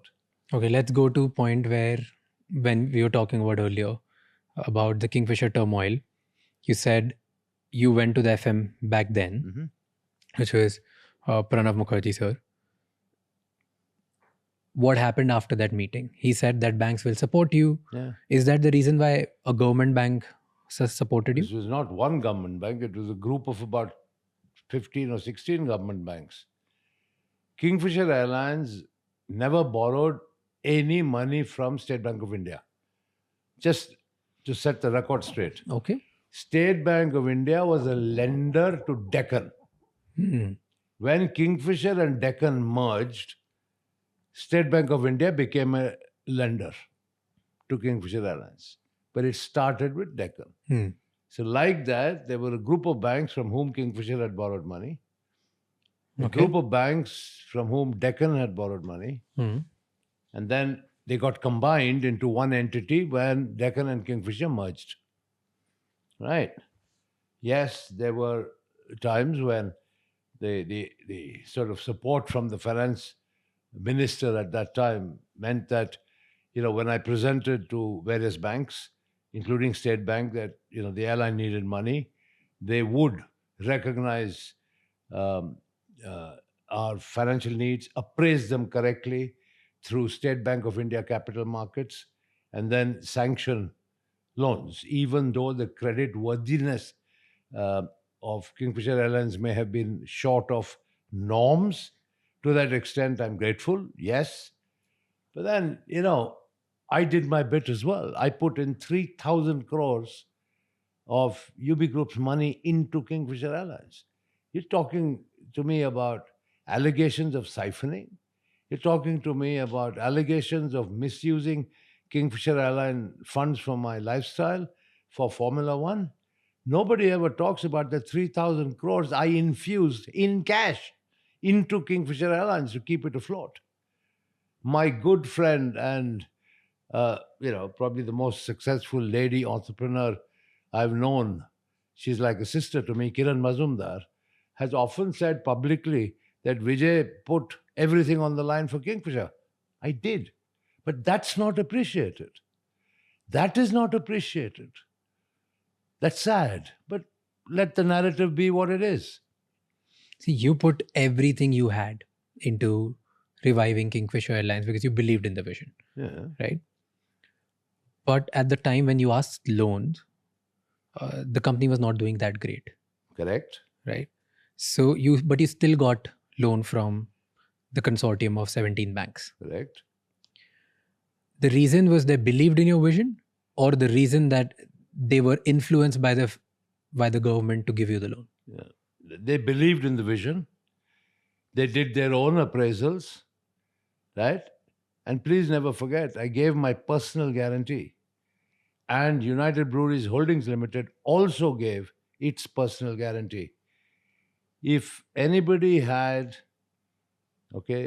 bad intentions, if anybody had intentions to divert money, siphon money, steal money, would anybody put themselves on a line with a personal guarantee? Think about it. So all this narrative of चोर कभी अपना personal guarantee देता है क्या?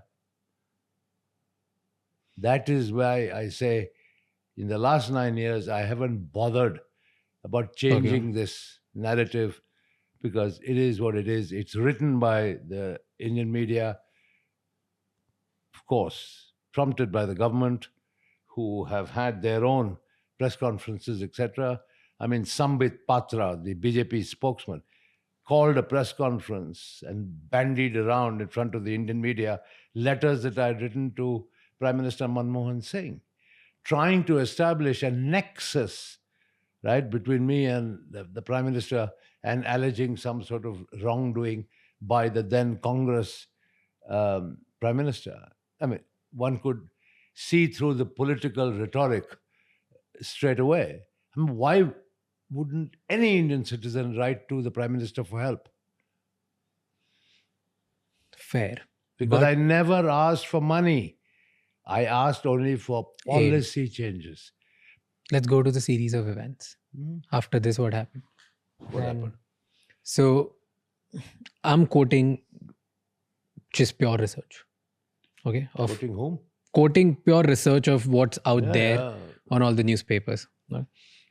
So, you got a loan from banks, and usually the normal nature of providing such big loans is people give you this kind of loan against collateral. And in this case, bank took brand name of Kingfisher as collateral and gave you the loan. One of the collaterals. One of the collateral. What were the other collaterals? Several other stocks, shares, property. So stocks and shares. Shares, property. And stock and shares, which is again quoted, at that time were at the price of 38, 39. But banks got it at 68, 69. You're talking about Kingfisher Airlines shares. Yeah. What about all the other shares of UBL and USL? Nobody talks about that. But where do you think they got this 14,000 crores from? I'm talking about back then. Like, 1 minute. They have sold assets and realized 14,100 crores. Yeah. A large part of which were my shares. So you have only focused on brand value. You've forgotten about the shares. No, I'm talking about shares. Suggested, wait a minute. I never suggested that the brand value would generate 14,000 crores. My shares that were pledged did. So there's your answer to all this narrative. So you're saying that... I'm not saying, it's fact. No, so the facts are, which you are quoting, is they took shares of Kingfisher Airlines at the double price because they were also getting shares of UB. Mm-hmm. That's why there was some kind of negotiation which was played on. No. It's a multiple basket of securities. But still, why would a bank pay twice the share price? Look, nobody dreams up a share value. Okay? There were professional merchant bankers, including State Bank of India capital markets involved. They arrived at a share value. The part of the loan package was that Kingfisher's shares in the airline itself needed to be pledged to the banks. But that was not the only pledge. It was part of a basket. But then the media chose to focus only on that. So I would like to ask the legacy media, where did the 14,000 crores come from? But you made such a hullabaloo about share price of Kingfisher Airlines. Now do you see how people pick and choose to discredit you? Isn't it pretty evident? Okay. So then this happened. Again, a business decision by banks. They did everything. There was no influence involved. It was pure play business decision by a bank between you and the banks. You should ask them this question. You lent the money. On what basis do you lend the money? They should answer the question. I'm the receiver. First of all, let me clarify here. When you keep saying you borrowed, I never borrowed 1 naya paisa. Vijay Mallya has never borrowed a single rupee from anybody ever. It was Kingfisher Airlines, the running company, that borrowed. I was a guarantor. Please, there's a big difference. And then the money came in, but Kingfisher Airlines was still bleeding. Whatever the case may be, I also put 3,000 crores. You put in 3,000 crores, you put in everything, and you tried to revive it. Yeah. And then one series of events happened where there was a non-payment of the oil bills, and that's why the oil companies started asking you for advance money, and that shaked you a little bit more. Well, yeah, the working capital cycle got disrupted. It's natural. Then there was another series of events that Kingfisher Airlines was not able to pay the airport fees, the landing charges. Listen, when a company goes through a cash flow issue, it affects everybody. Yeah. You cannot isolate one particular creditor or vendor. No, so I'm coming to something. If there's a cash shortage, okay, it's across the board. So across the board, then there were catering companies which were affected. Whoever, there was no food. Everybody. After one by one, there was non-payment of certain things, cash flow issue. Did you, at any point, did you think that this is not going to work? You were still pushing. You were still trying to push it. I was pushing in the hope that the foreign investment that I had already negotiated was going to fructify, which I had already agreed, right, with James Hogan. But the permission never came. It was sad, and I guess my misfortune, that 6 months after Kingfisher collapsed in October 2012, that the same Etihad was granted permission to invest in Jet Airways. Okay. Then another thing happened. Okay. So you were expecting all of this would happen. You asked your people, your staff, your employees to wait that the money will come in. Yeah. But they were not paid. The staff was not paid. Sadly, no. Right? But there's again a statement that your international employees were getting paid, Indian employees were not. And the reason is that because internationally you would have held accountable, in India you could get away with anything. Was that the reason? I didn't know that. But why were you paying international employees and not your? It's very simple. The money was available through ticket collections in England. Because money was available, staff salaries were paid. In India, the High Court of Karnataka had frozen over 260 crores worth of cash. Okay, now I'd like to focus on this non-payment of salaries. There has been a hell of a lot spoken about it, all right? Which has pained me no end. It has seriously pained me. In my track record as chairman of UB Group, I would ask anyone to check on how I cared for my employees. I was proud of the care that I gave to my employees. Why would it be different for Kingfisher employees? The company in India had no money. There was UB's money of 260 crores in the bank with the bank under the control of the government of Karnataka. We applied officially and formally to the High Court, please release the money to pay the salaries.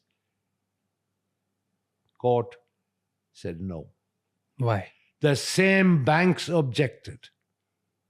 The same public sector banks objected. Why? Why? Because they said wanted. that money belongs to them. Because the company had defaulted in payments. But as far as I was concerned, I asked the court, please release those monies to pay the employee salaries. The banks objected, the courts refused. But you personally took salary from Kingfisher Airlines, 33 crores a year? No. I took salary of 33 crores a year, I wish.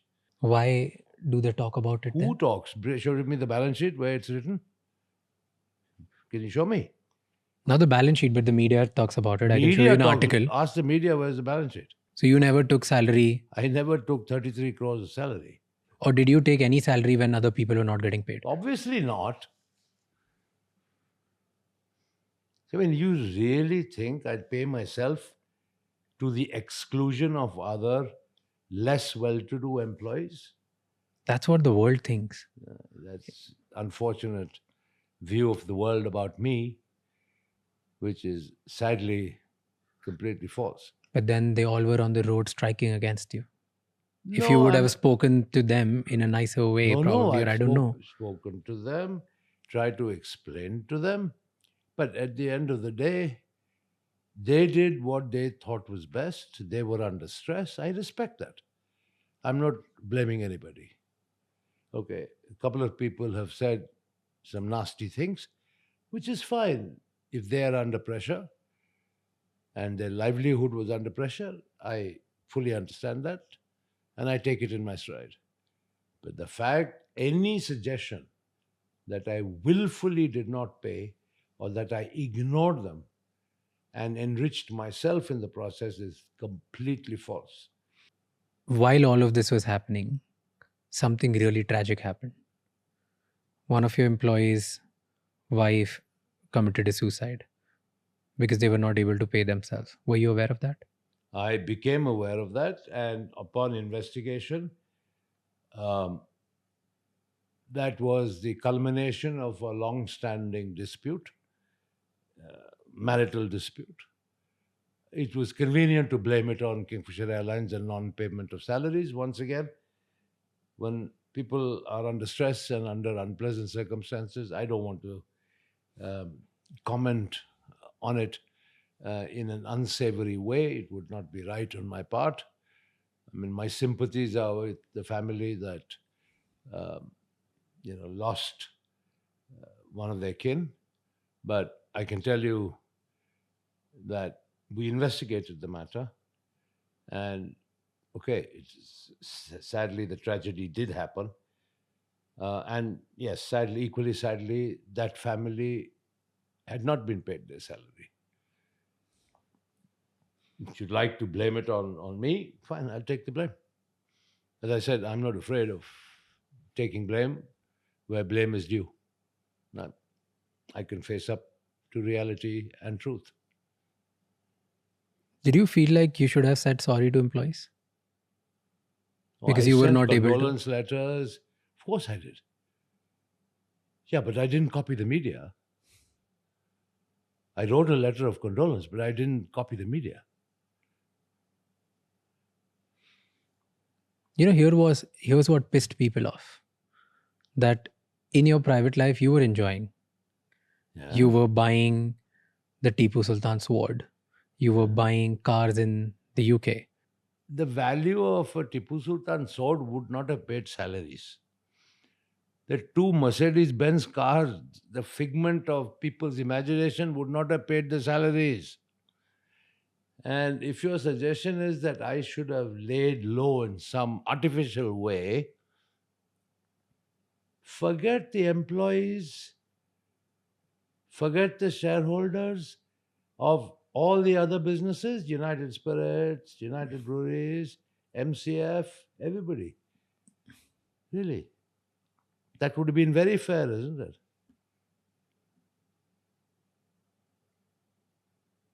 And behave in a manner where my only asset and liability in life was Kingfisher Airlines. I had nothing else. That's the way I should have behaved, right? What about the salaries of the other employees of the other group companies? What about the shareholders of those companies? What about the future of those companies and the management of those companies? So sadly, if one company fails, is it your suggestion that the whole group must fail? No, definitely not. Okay. Everybody loves to talk about the failure of Kingfisher Airlines, and of course, pin me, the blame on me personally. Forget about everything else. It is Vijay Mallya's failure, Vijay Mallya ka chori, Vijay Mallya ka fraud. Everything is Vijay Mallya. Fine. What about United Spirits Limited, United Breweries Limited, from where it started to where I left off, and the wealth creation in the hands of shareholders and the wealth creation in the hands of employees, probably amongst the highest in India in the corporate sector, highest, all forgotten. Nobody even refers to it. Kingfisher Airlines, Mallya Thoko Saleko. That's it. The narrative begins there, ends there. Do you think if you would have done things differently, probably this side of you would have been more celebrated than the side which has gotten... Once the media started, beginning with one particular channel whose anchor is known, right, to shout the house down, right? What did I start by saying? Vijay Mallya, I want to see you eating jail food. Vijay Mallya, I want to see you in jail clothes, etc., etc. Started from there. Everybody had to jump on the bandwagon. I think in the same time, because we're talking about events, somebody mentioned that you took out 35 million euros and invested in buying properties in France. Rubbish. Some dummy company called, I think, Gizmo Holding or something like that. Tell me, if I had siphoned Kingfisher Airlines money to such an extent, as people suggest, how would the airline run? On the bank's own admission, on the debt recovery tribunal's own admission, 4,999 crores was the debt. Right? Yeah. Rest is all interest. ठीक है ना? The suggestions are that I have stolen or misused most of that or all of it. How would the airline fly?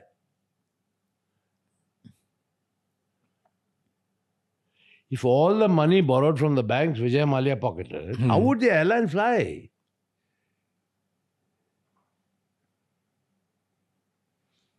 See, so all these allegations and false narratives being painted by people, if you analyze them, they make no sense. What also is not making sense to me is when the government said that they're going to support you in 2008, the FM said that they'll provide the loan, which they probably did with the banks. Later in 2011, the union minister of the same government they started objecting that you were not paying even taxes. 150 crore was pending, and they started putting you in the public eye. But they were arrears. Nobody is disputing that. But compare my arrears with Air India's arrears.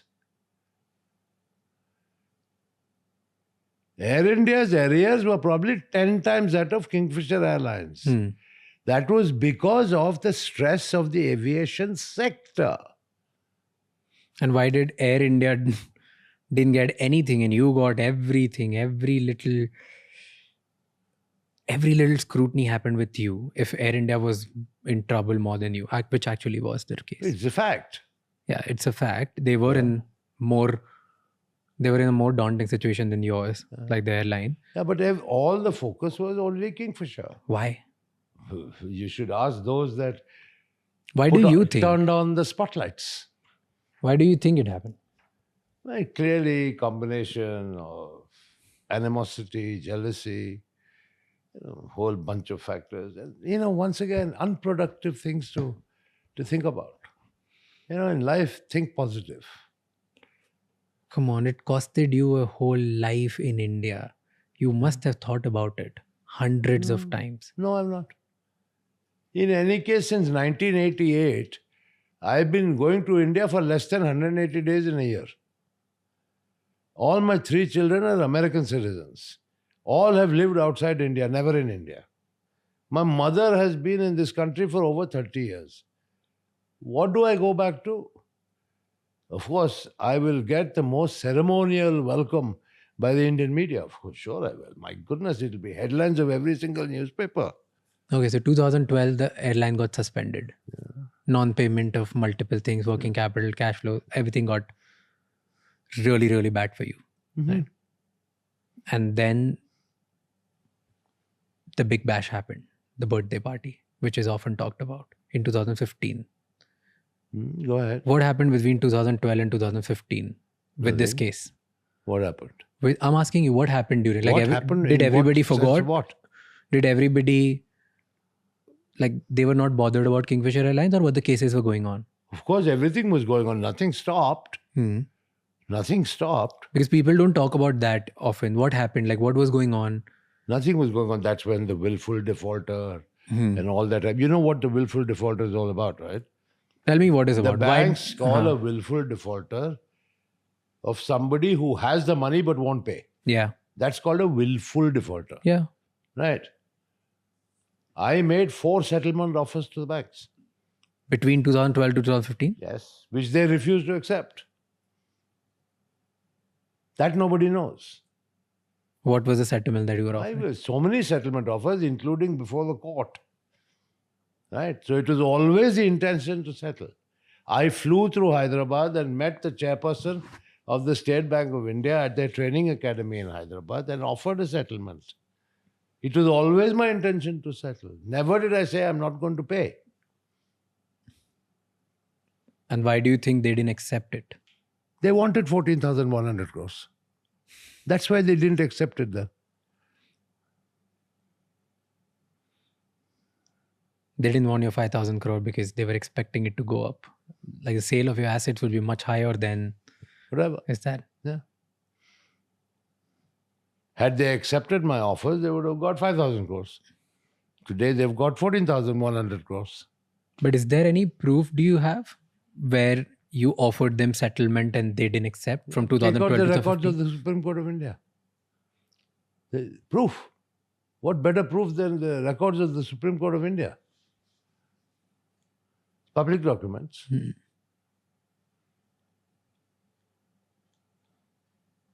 So let's say you offered, Yeah. nothing happened. Nobody, not even a needle moved. It just kept going on. It kept getting worse. And you knew this trouble was going on. And in 2015, apparently, according to the media, this is where things went down, where you had a grand birthday party, your 60th birthday party, 18 December 2015, right? Correct? What happened in that party? Nothing. It was a party that, normal party that I had. And I've had so many of them over the years. Do you think you shouldn't have done that party or made it so public? But why? Why? Because the whole narrative is against you. You spending, see, this is what a common person would think. If I was a Kingfisher employee and I've not gotten paid for XYZ reason, for let's say economic factors, business model, whatever, XYZ reason, I'm not getting paid. My livelihood was dependent on this. And then I see the promoter of my company spending millions of dollars or Enrique Iglesias to perform for his birthday party. I would get enraged. I want to, as an employee at that point, if I've not gotten paid, I don't understand that there are 50 businesses that you have built. I understand only one thing, that the promoter of my company is enjoying on my expense. I would agree with everything that you said, except your last, at my expense. The promoter of the I'm talking company, like a common person, that's why I'm asking. fair enough. The common person didn't know that upon objection by the same banks, Karnataka High Court declined to agree to drawing readily available cash to pay the salaries. Right. Okay, I agree with you. The suffering employee would have also said, the man has United Breweries, United Spirits, is none of my business. Right. Right. So I could have been a thorough hypocrite. I could have come here to London and had my party and nobody would have even known. Right? Yeah. Would that have solved the problem? No. Okay. But you So, didn't do that. You did the public party in India. It's not public. Sorry. It was by invitation. But of course, everything that I do is covered by the Yes. media. And I paid for it myself. Kingfisher Airlines was in no position to pay. I paid for it myself.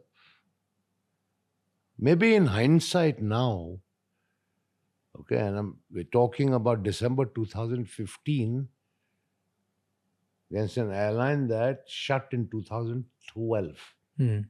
If you're talking about my birthday party in December 18, 2012, you probably have a more significant point.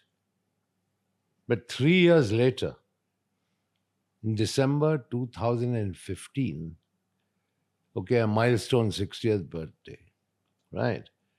Still being held against me with such venom, I don't quite get it. But okay, maybe it was a mistake.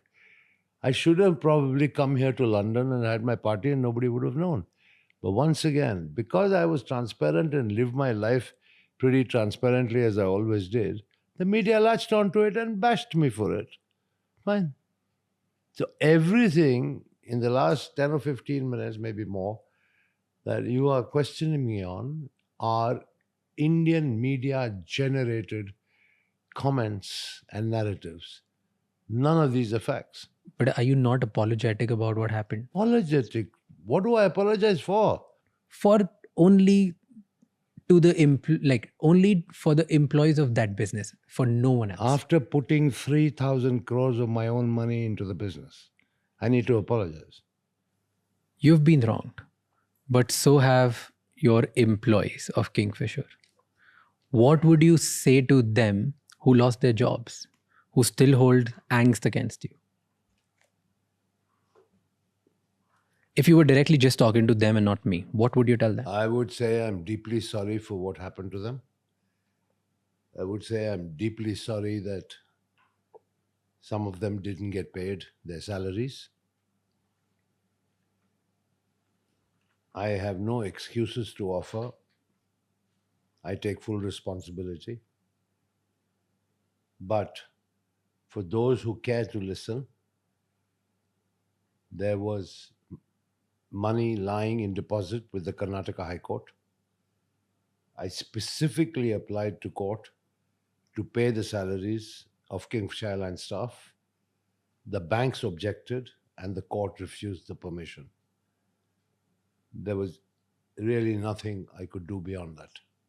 And what would you tell those employees who are still questioning that, hey, we were in trouble and you tried everything to get that money from the court, but it didn't help? Then why did you go out and party like a king on your 60th birthday when we were suffering? We need to look at the timeline here. Kingfisher Airlines shut down in 2012. My 60th birthday was in December 2015. Right? There was nothing I could do in the interim to find money to pay the staff in particular, because any money that could have been infused theoretically would have been taken by the banks because all the assets were frozen. Did your legal advise you not to pay? Absolutely not. I told my legal advisors to find every single avenue to pay. And it didn't work. They couldn't find a way. But ultimately, because of the freezing, all the money was lying under the control of the court. So we couldn't touch the money. And every penny that you would have infused just for their intention to pay your employees would have still gotten frozen. You see, the court order did not differentiate between employees and general corporate purposes. Mm-hmm. Any money in the account of the airline was frozen. Frozen by the banks, frozen by tax department, frozen by service tax. Everything was frozen. The chunk of available cash was with the court, and that was actually cash of UBHL, not Kingfisher Airlines cash, of United Breweries Holdings Limited, one of the co-guarantors. UBHL said, we want to pay Kingfisher Airlines staff salaries. Please allow us. The banks objected, and the court did not give permission. That is fact. I would feel very sad if somebody said I had no intention to pay or that I ignored to make the efforts. I made every single effort I could. Do you ever feel sorry that you couldn't do anything to give money to the employees? Obviously, but are you suggesting that I'm not sorry for what happened to Kingfisher and the collateral damage that was caused to everybody? I'm asking you, are you? I said I was very sad about the fact that You were sad, but were you failed. sorry about it? Sorry. I apologize publicly to everyone for the failure of Kingfisher Airlines. Till today, I'm willing to apologize. I did my very best. I tried very, very hard. I put in my money, blood, sweat, and tears. It didn't work. Sadly, it didn't work. I'm very sorry. At the end of the day, frankly, It's what I think of myself when I look at myself in the mirror in the morning. Have you done good or have you not done good? Are you a success or are you a failure? What is the answer? I'm a big failure according to Indians. Fine, I'm a big failure. But when I look at myself in the mirror, I don't see failure. But does it bother you? Who created 1.75 lakh crore of market cap in the alcoholic business? Who created it?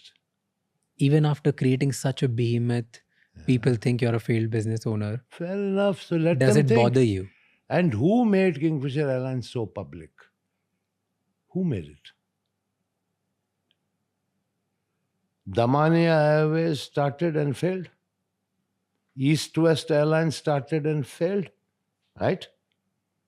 Jet Airways eventually failed. Right? Modi Luft started and failed. Right? Paramount started and failed. You read about them? Only Kingfisher and Mallya. Is that not a targeted attack? Because here's what got crafted after it. Who crafted it? I'll tell you. I'll come to that. Tell me. Then, So tell me, what about all these other aviation failures? see, nobody cares about them because nobody was as public as you. So now we're talking that I pay the price for my own public image. And the fact that you left the country. Which is another. Yeah. So I'll come to the series of events of these, both of them. No problem. Okay. So 2015, December, this happened. Before that, CBI started investigating you. And I appeared before the CBI 4 times. And CBI concluded their case that they found you siphoning the money. Was that the thing? Completely false. Okay. There is no allegation of money siphoning by CBI. What did CBI conclude? Nothing. That I spent on a private jet, which was Kingfisher Airlines' own asset, Yeah. that I misrepresented to IDBI while taking the loan. What did you misrepresent? That I misrepresented. You asked me a question about brand valuation, right? So one of the allegations is brand valuation. Was it also bizarre? Like IDBI gave you loan in just 2 days, and on Sunday you got the money transferred in your bank. Yeah, but then that was a short-term loan. Okay. They got the money back and then they participated in the consortium lending. Okay. Yeah. So, but there is no allegation of siphoning money. None. Zero. So it was misrepresentation Yeah, that's and it. using that money or using the Kingfisher loan proceedings to buy a private jet. Not private jet was owned by Kingfisher Airlines. The Kingfisher Airlines own asset. They said I misused it. I misused it for personal trips. Did you? I think if you see the line of private jets starting from Mr. Ambani's in Bombay Airport and ask them who uses your jets, you'll get the answer. Come on, deflecting is not a right It's way not of deflecting. answering. I'm asking you, What? did you misuse it? What is misuse? I don't know. Whatever they're quoting, do you agree with it or no? So you agree with the CBI? No, I'm asking you, do you agree with it or no? I am Obviously, not agreeing I with don't anything. agree with it. Obviously, I don't agree with it. You used it for business purposes only. What do you mean business purposes? If I had to fly on holiday, I'd say, private jet, आप खड़ा रहो इधर, मैं जा रहा हूँ Air India से. That's what CBI had problem with. Is that the case? Yes. That yeah. you took the... Come on, that would not only be the case. Huh? That would be a part of your case. Let's say But using... this is what I'm saying. The principal one was misrepresentation. Okay. Yeah. So that is first. that's it. Misrepresentation. And because of this, they issued an LOC. They issued LOC, right? Lookout circular to the immigration office that Vijay Mallya should not leave the country. No, I'm not aware of any of that. Okay. Because then there was a public issuance against in 2015 where the LOC which was issued for you had few words changed. I know nothing about this. Okay, so there was, and this I'm quoting from again another article where I can show you the article. Yeah, where it's I've never heard of this before. okay. So the article said that you met with someone really powerful, and after that, in just few months, the lookout circular got changed, and the lookout circular changed into okay. Next time to the immigration officers, that if Vijay Mallya comes to the airport and want to leave the country, you need to inform us where is he going and for what purposes. You don't need to stop him. But earlier, the CBI put out a lookout notice that you should not allow Vijay Mallya to leave the country. And this change was made in 2015. I know nothing about this. This is the first time you are informing me. I went in and out multiple times. During the entire tenure. Never a problem at all. And what you're telling me now is news to me. I've Wow. never known of a LOC issued or any other form of notice. The change happened on 24th November 2015. Just few words. No. And it specifically read, this was a fresh LOC, that he needs to be questioned before leaving the country. Where is he going? And this needs to be informed to CBI. After that, he can continue traveling. He should not be stopped.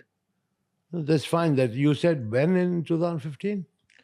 24th November 2015, a fresh LOC was And before that? circled. Before that, there was just, I don't have an I must exact have date. gone in 4 times before that. Oh. So then, where's the LOC? So all of this is random thing that you met someone really powerful in Delhi and got changed, and you changed your CBI circular or something. Nonsense. Okay. Then another series of event happened, because after your public birthday party, people started losing their shit. They started getting pissed. It became even more public. This 2015, end of it. Your Supreme Court interfered, I guess. Supreme Court entered in this whole case, and they put up a bench that 3rd March 2016, your case needs to be heard or needs to be represented in front of Supreme Court. On 1st March 2016, I think you were in Delhi, you went to the parliament, and 2nd March, you left the country. One day before, when you were about to be present in front of Supreme Court. Is all of this real? Or none of it is real? No, this is completely false. There was no Supreme Court hearing. I was not summoned to court. I'm not aware of any court hearing. I told the finance minister, Arun Jaitley, before leaving for the airport. And then I flew from Delhi to London. I was on my way to Geneva for a FIA World Council meeting, which was fixed months ago. I told the finance minister, because I went from Parliament to Delhi airport. When this news hit the media, once again, it created a storm. Yeah. People went running to Mr. Jaitley. He denied meeting me. A Congress MP saw us and then said to the media, no, I saw them together. Mr. Jaitley had to retract his statement and say, yes, I met him, but only while I was walking. It was a fleeting meeting. I never said I went to Mr. Jaitley's office, sat in front of him, had tea with him. All I said is I told the finance minister while leaving, I'm going to London, I have to go to Geneva for a meeting, I'll be back. Please tell the banks to sit across the table and settle with me. How long does this take, this one sentence? A minute or two. चलते चलते बात हो सकती है ना? हाँ. मैं थोड़ी ना कहा कि मैं कुर्सी और मेज के सामने बैठ के डिस्कशन कर रहा था. But you see the way He denied it. Then when the Congress MP pointed out his mistake that he saw us, he quickly changed. This is the problem with the media, particularly where I am concerned. They conjure up stuff, they blow things well out of proportion. Okay, if it's good for their business, let them continue doing it. So all of this is nuisance that on 2nd of March, you left Delhi airport for London in a Jet Airways flight 9W122 from T3 with 55 big suitcases. And somebody says 27, somebody says 55. I mean, different newspapers, different stuff. What difference does it make? They say LOC, then they say no LOC. Then I tell the finance minister I'm going. Then he says no. Then he said no, he had a fleeting meeting with me. And all this 15, 18 suitcases, complete and utter rubbish. So your intention was never to leave the country? Look, please understand this whole narrative of bhagya, bhagoda. Because this is where it starts. Yeah. This is coming from people who don't know their facts. Tell us the facts. I came to England in 1988. I got my indefinite leave to remain, ILR, in 1992. For 32 years, I have been a permanent resident of the UK. Allowed only to spend 180 days in India because I have preserved my non-resident status since 1988. All right. That is why I used to go back and forth so often. All right. So I came. I was attending a scheduled meeting in Geneva, like I told you. What happened? The loudest anchor in the television industry started. All the media piled on. Huge hangama. How did Vijay Mallya leave? How did he leave? Like any normal person on a Jet Airways flight. That too after telling the finance minister that I'm going. Driving from Parliament House to the airport. Right. So this whole tamasha started. Right. How does government normally react to media frenzy? Check your own facts. So I said, okay, let things cool down. On top of that, I was negotiating with my foreign collaborators to sell certain shares so that I could pay the banks. My intention was always to settle with the banks. Right? Yeah. So I wrote to the enforcement directorate who sent me a summons. I need some time. I'm negotiating. I want to settle with the banks. I've got some business to do. I've already appeared before the CBI. Of course I will appear before you. Right? Just give me some time. What happened in the meantime? They revoked my passport. Revoked it. Okay. When was this revoking? 2016. Oh, right before you left. Before. Right after you left. Yeah. Passport gone. How to travel?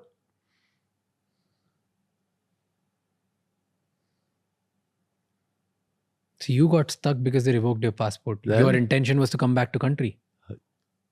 Many things may have been different, no? But your intention was But always... without a passport, where do you go? Nowhere. Oh, correct. Because you were a British citizen. Not citizen, permanent resident. Permanent resident. I kept my Indian passport because I was a member of parliament. Okay. Which I could not be a member of parliament had I not been an Indian citizen. So if your intention was to come back to the country, why didn't people allow you? Look, that you should ask the people. Why should I sit and speculate? But aren't they spending millions of dollars in cases to get your extradition done? Yes, because they have to make a show of things as well, no? Please, let's be very clear. Can somebody from the government say to the public, what crime have I committed for which I must be investigated? Have I stolen money from the banks? You must have a prima facie case that I've stolen. You can't just make it up in your head that I've stolen money from the banks. You need some prima facie evidence. Right? Have I done any money laundering? Have I done any drug smuggling? Have I been involved in any violent crime? What is the allegation against Vijay Mallya? Nobody can have an allegation against Vijay Mallya of dishonesty because I have always been honest and truthful. I have never borrowed and I have never cheated and I never will. But you got this tag of willful defaulter. Willful defaulter is a person who can pay and who doesn't pay. That's a crime. That's a crime. Isn't it? You make up your mind. Then why did you freeze all my assets? You froze my assets in 2016. Right. That's how you've recovered 14,100 crores, right? You can't freeze assets of a person on one hand and call him a chore on the other hand. No? See, they call you willful defaulter because you had money and you didn't pay. And that's why they had to take such a strict action to freeze your assets. If you would have paid earlier, then they would have not done this. But if you're saying that from 2012 to 2015, you have applied multiple times in the court that you want to settle. Yes. Why is all of this happening? I think it's very clear it's also been a part of the media where a particular senior officer of the State Bank of India said to a good friend of mine that as a banker, I would have settled with Vijay a long time ago. But if I do any settlement with him, I'll have the CBI on my neck the very next day.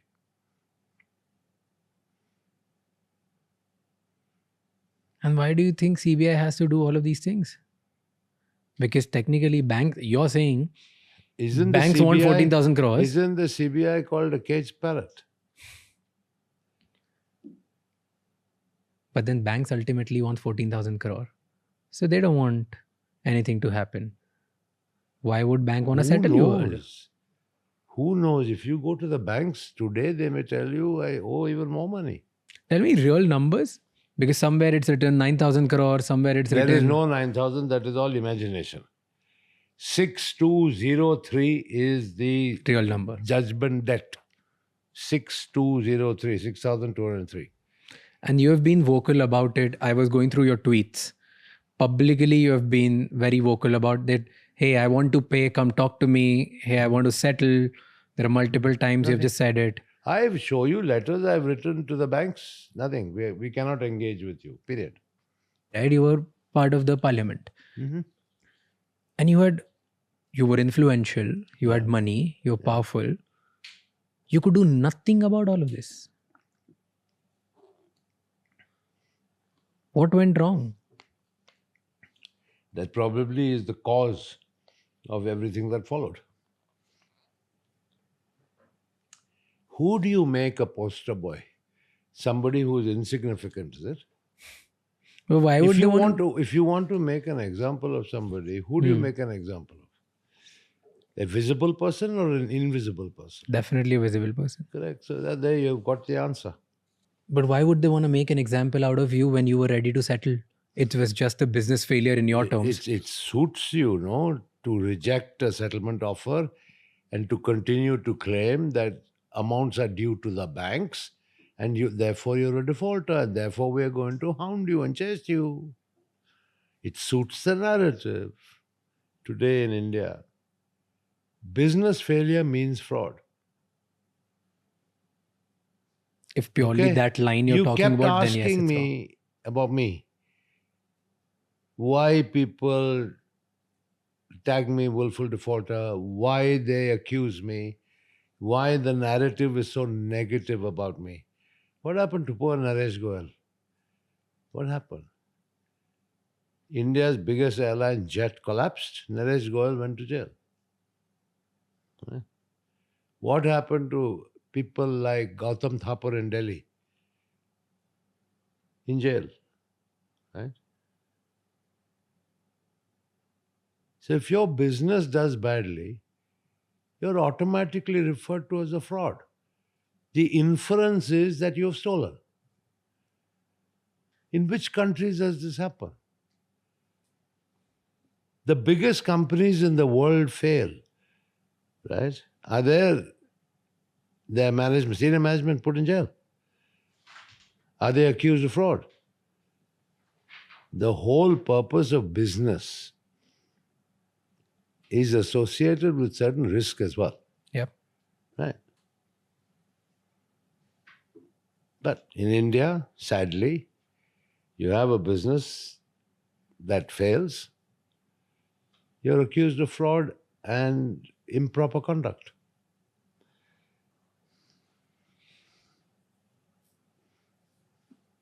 And people say, and the government and the agencies, that your fraud or people whose businesses have failed are fraud because they've taken money from the banks, which is a common taxpayers' money, which is common people's money.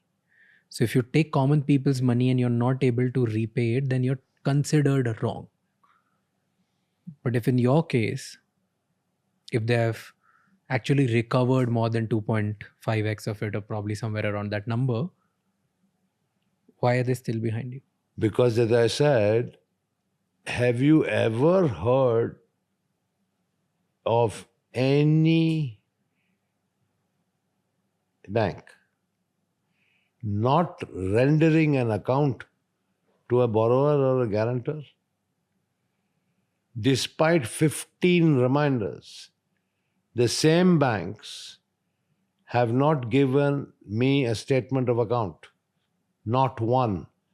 Have you ever heard of such conduct anywhere in the world? For the first time, it is through the statement in Parliament of the Finance Minister and the printed report of the Ministry of Finance that they have shown 14,100 crores recovered from me. The government have. The banks have not rendered a statement of account. That is why I have gone to the Karnataka High Court, asking the court to direct the banks to give me a statement of account. That is the pitiful state of affairs. Now let me explain things to you in a summary fashion. In this entire debt of Kingfisher Airlines and the recovery, you have the recovery officer of the Debt Recovery Tribunal. Yeah. The Debt Recovery Tribunal is the one that gave the certificate of debt. They have recovery officers whose job it is to recover against that recovery certificate and inform the tribunal about how much has been recovered. Because when the full amount is recovered, the Debt Recovery Tribunal will issue a discharge certificate that your debt is paid. Second is because the second guarantor, United Breweries Holdings Limited, is in liquidation. It is in the control of the official liquidator. The official liquidator is also obliged to give an account to the court, right, on the liquidation, which includes being a co-guarantor of the Kingfisher Airlines debt. Right? Both these have stated in court, in judicial proceedings, that the banks have been fully paid. Yet the banks have not submitted a statement of account. I have had to go to the Karnataka High Court pleading with them to please direct the banks to submit a statement of account. And of course, the official liquidator and the recovery officer as well. This is the conduct of those banks. And you're asking me questions about why they didn't do this and why they didn't do that. Does it happen with other entrepreneurs as well? Well, I'd be shocked if it did. I've never heard of anything like this.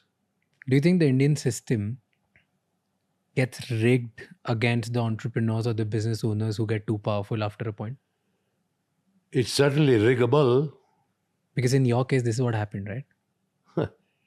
In my case, all the facts are there for everyone to see. Then, sir, Simple. what's the future? Like, what's going to happen now? What's happening? In your story, what you're telling is completely different than anything and everything that any Indian person out there who will do little research about you would find. It's completely different than what you're telling. But if you do research on me, what are you going to find? You will only find the narrative generated over a period of time by the Indian legacy media and to a certain extent the government and what they have said. And of course, when I say government, it includes CBI and ED and this, that, and the other. All right, that's all you'll find. All of which is false narrative, either deliberately written or, in some cases with the media, ignorantly written. So is there a businessman, politician, media kind of nexus against you in India? I don't know who is against me except this government. And I made no bones about it that I am their poster boy. I am also a political football, right?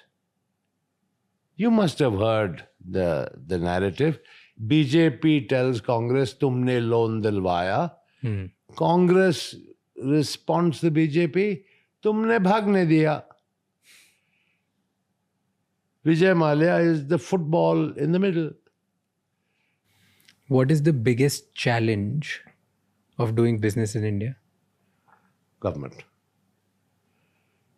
Explain. Government. It's in the Indian DNA.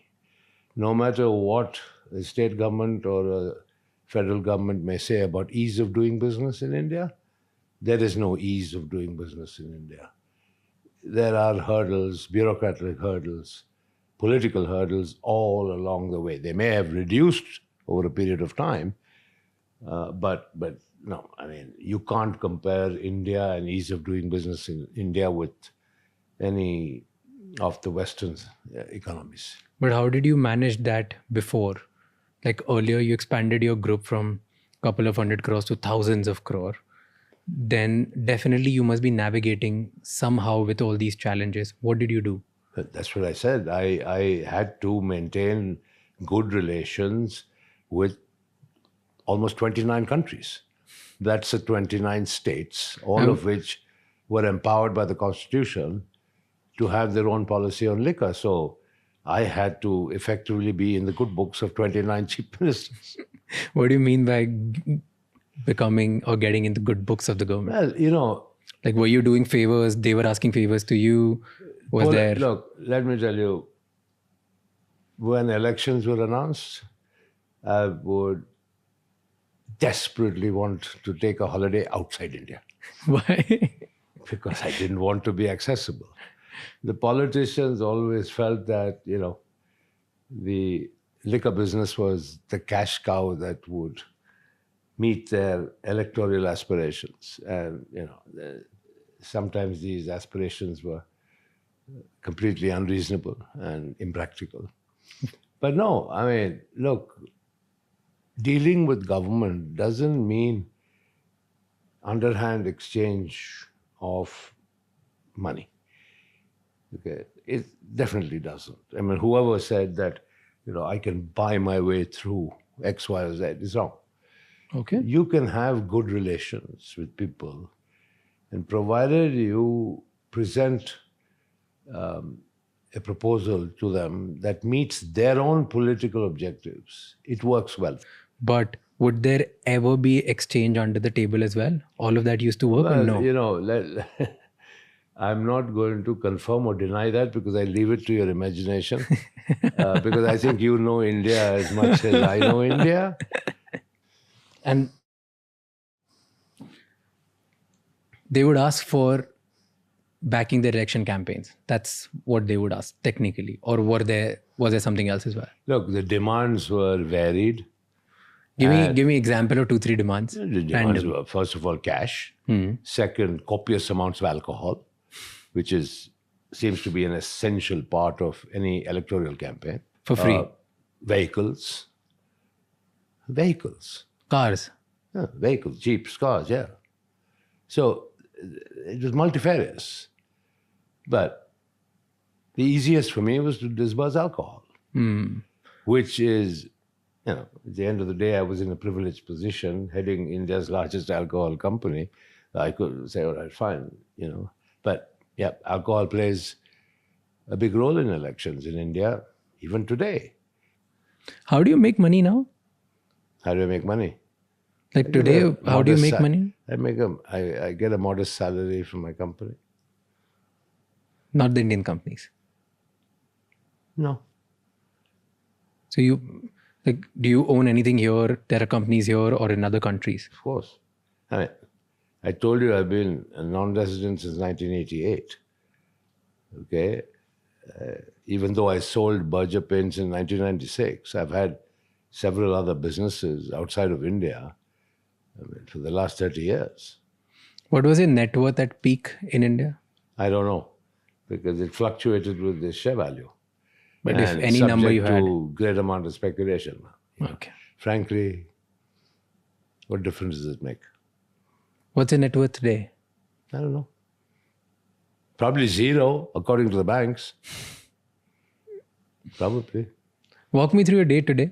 What do you do now? Nothing. After all of this is done, what time do you wake up? How do you keep yourself busy? What do you do? Well, I have 6 dogs. I love them. I love dogs. I play with them.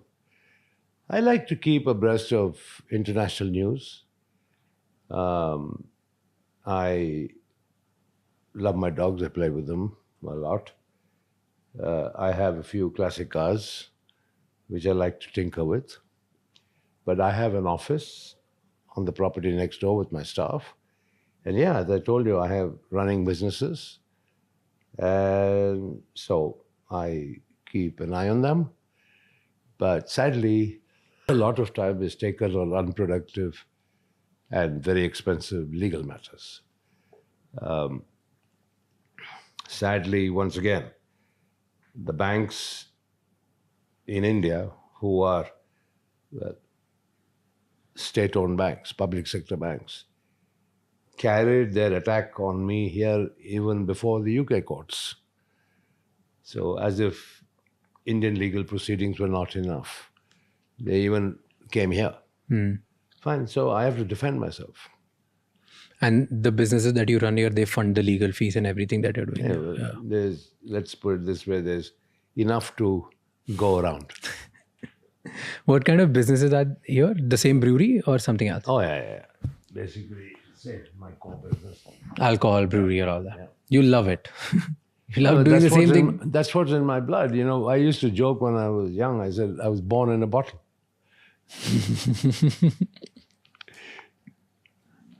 Well, do you feel restricted now? Because you just use word, I was born in a bottle. Do you feel that you have been caged in a bottle again with all these legal matters? Because you don't have a passport. You're a free bird flying around all over the world. Yeah. So now you're stuck here. That freedom went in 2016 when the Indian government revoked my passport. So it wasn't a suspension, it was a revocation. So I knew back then the consequence was no travel, right?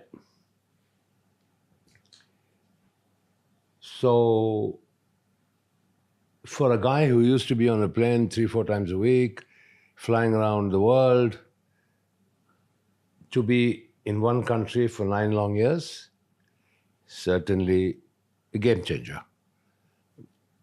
It must be. But it's not a matter of life and death.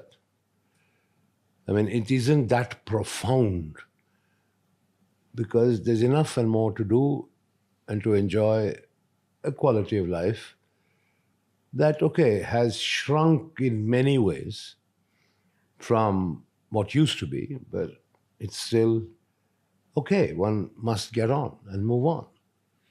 Does it not bother you? No, it doesn't bother me. Do I look bothered? No, Not to me. It's not a question of what is the meaning of do I get up in the morning and wipe my tears away every day? No. Someday, some point, you're like, I'm done with this. Like, what the hell is happening with me? What is my solution? What are my options? The government of India has revoked my passport, right? All I can get is a one-way travel pass to India. That's it. What about my constitutional rights that every Indian citizen is entitled to a passport? And what happens if I try to enforce those? It'll drag on for years in the court. By the time I might be too old to travel. So don't you feel lonely here? No, well, I have a lot of my friends here in England. A lot of people come and visit me. Well, another one of life's lessons is when times are tough, you realize who your actual friends are. And I have realized that very comprehensively. I mean, those who used to be my so-called buddies who, in times of my heyday, for lack of a better word, are nowhere to be seen. You used to hang out with a lot of billionaires, Bollywood celebrities, politicians, a lot of people and your friends from the corporate world. They all stopped taking up your calls? No. The politicians certainly stopped. And I think as one of the many politicians explained to me, quite truthfully, which I respect, he said, if we are seen to be associated with you, this government will come after us. Because I think in the political world, I think it's pretty well known and more importantly, pretty obvious that this government is after me. So they want to protect themselves. As far as corporate titans are concerned, I mean, Kiran Mazumdar, bless her soul, she's like my sister, makes it a point to be in constant touch, comes to England, we always have a meal together. And like that, there are a few other good friends who keep in touch, but otherwise, no. Certainly not as frequently as I would have been in touch with them or seen them when I was in India and all these troubles hadn't started. Talk about Kiran Mazumdar Shah. She publicly talks about you and how close you were, like since childhood you were friends. And she talks about your generosity, your optimism. She's been very vocal that you gave it all to save and fight it all. She has gone out in public and said that it was bad times and bad things which happened to you, but you were right and you gave it all away. So she talks about it. And someone of that stature living in a very public market in country like India, usually people stay away from these conversations and people would want to, she talks, but she doesn't. She talks about it every time people ask about you. She's been okay about it. In fact, there was a statement that she said, a lot of people are optimistic. Vijay was probably rather more optimistic than most. And no, it she wasn't talks a about question of just optimism. Let me tell you, Kiran and me grew up together. I talked about the brewery house in Bangalore. At that time, there was a little colony. So there was a brewery house in which I lived and then 4 other bungalows. The one next to the brewery house was actually occupied by Kiran Mazumdar and her father. Her father was the chief brewer and the technical director of UB. Okay. And so Kiran and her 2 brothers and mom grew up in my house, in my colony, with one wall separating us. So we were very, very close. And Kiran has been very, very different. She started off being a qualified brewmaster. How many Indian women can you think of who would go and qualify as a brewmaster? But Kiran was determined to do it, and she did it in Australia. So,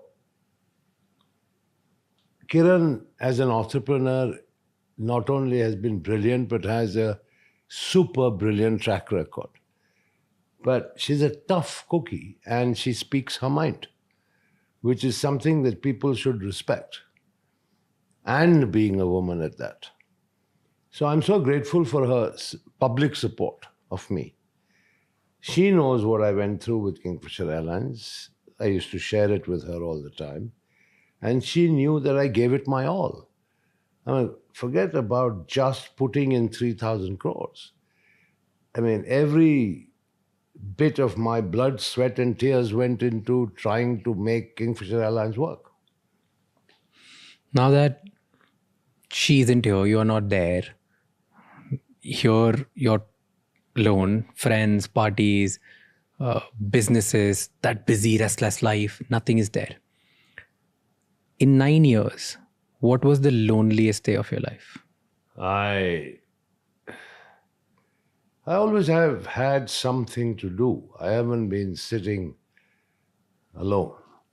I told you, my interests keep me occupied. My pace of life is slowed down dramatically. My pace of life now is probably one of semi-retirement, to be honest. But that's what happens when you reach retirement age, isn't it? So the frenzy of the past doesn't last forever. And I'm in that phase. But I have enough and more interest to keep me occupied. Tell me, what do people misunderstand about you?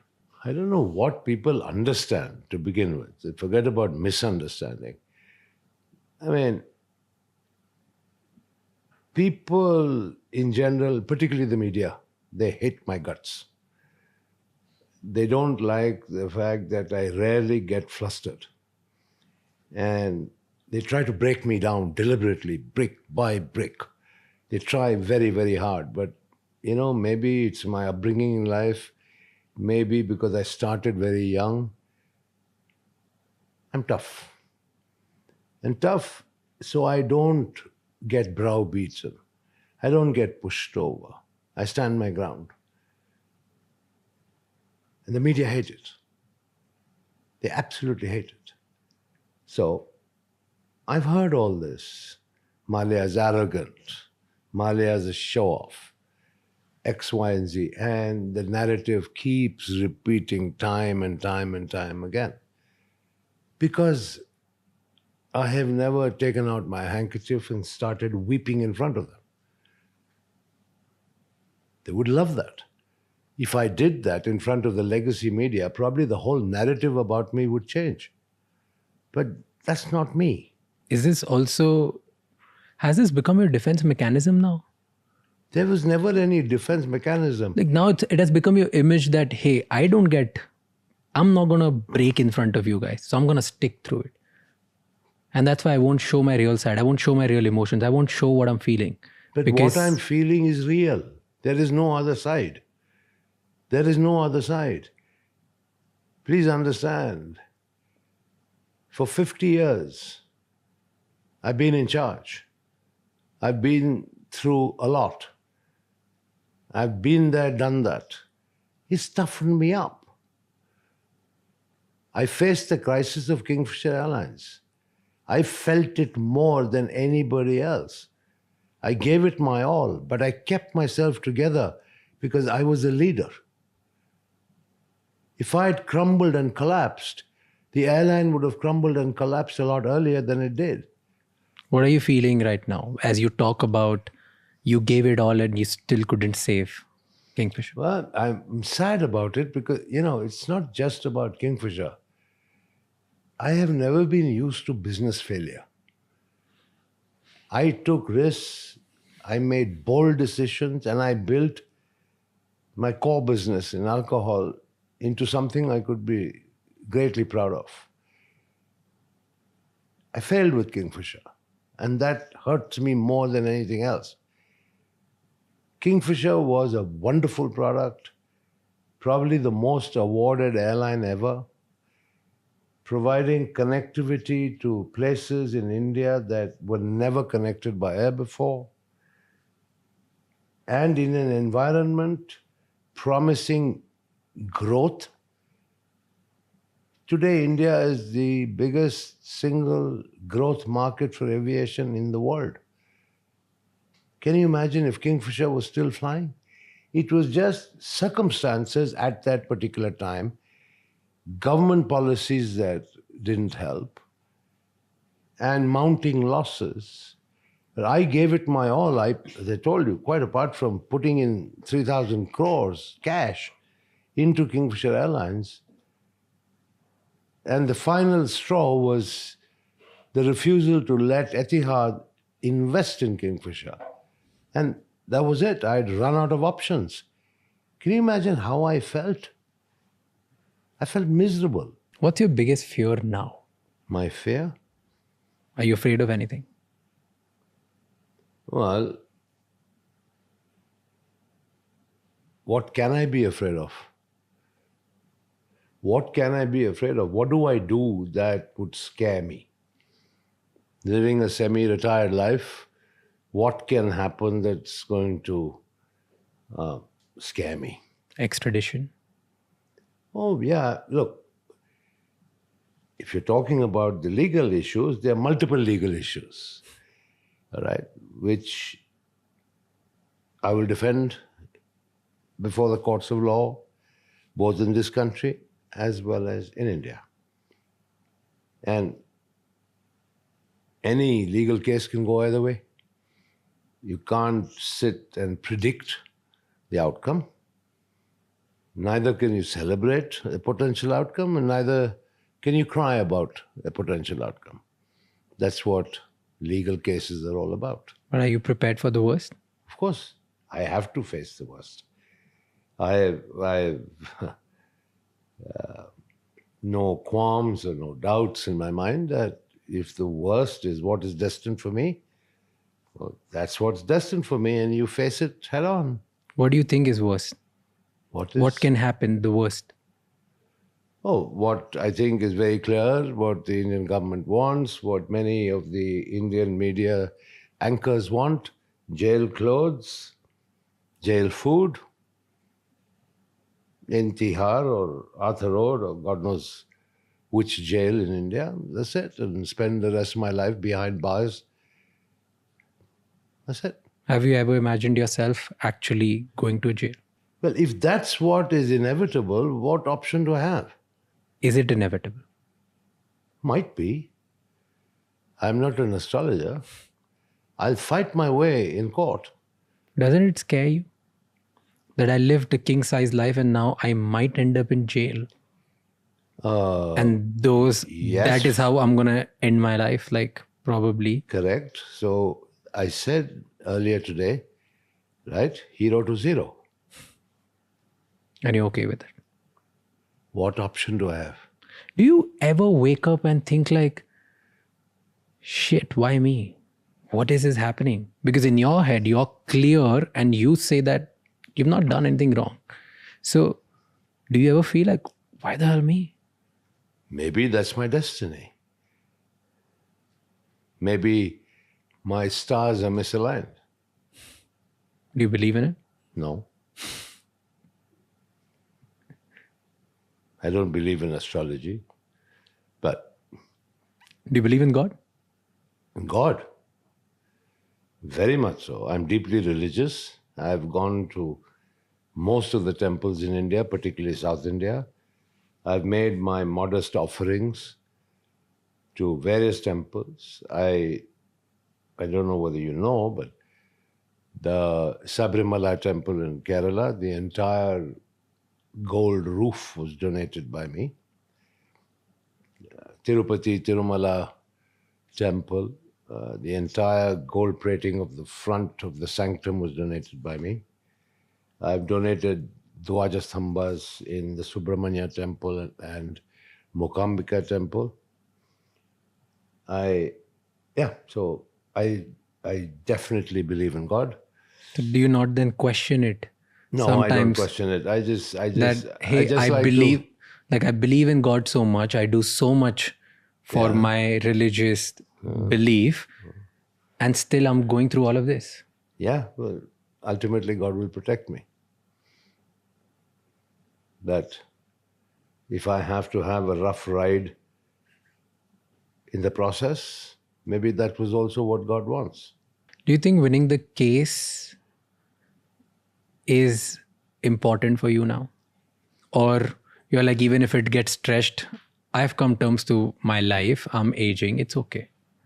Unfortunately, the word stretch doesn't work in English courts. Okay, there's nothing known as stretching a case in this country. In India, yes, sadly. That's why legal matters take so much time to resolve. Here, dates fixed, trial dates fixed, decision rendered, story over. So you can't willfully kind of string things along. But is it important for you to win? Yes, because I believe I should win on merit. What have I done? I've done nothing wrong. I'm not a criminal. If you could go back to your younger self, what would you tell your younger self? Would you tell him to do anything differently? I think the values I've instilled in my son in particular and all my three children is by example, my hard work. Of course, they were very young, but they've seen how hard I worked. And basically the dedication and commitment to your objectives and your responsibilities. That's it. But would you go to your younger self and tell something different? What choices would I have?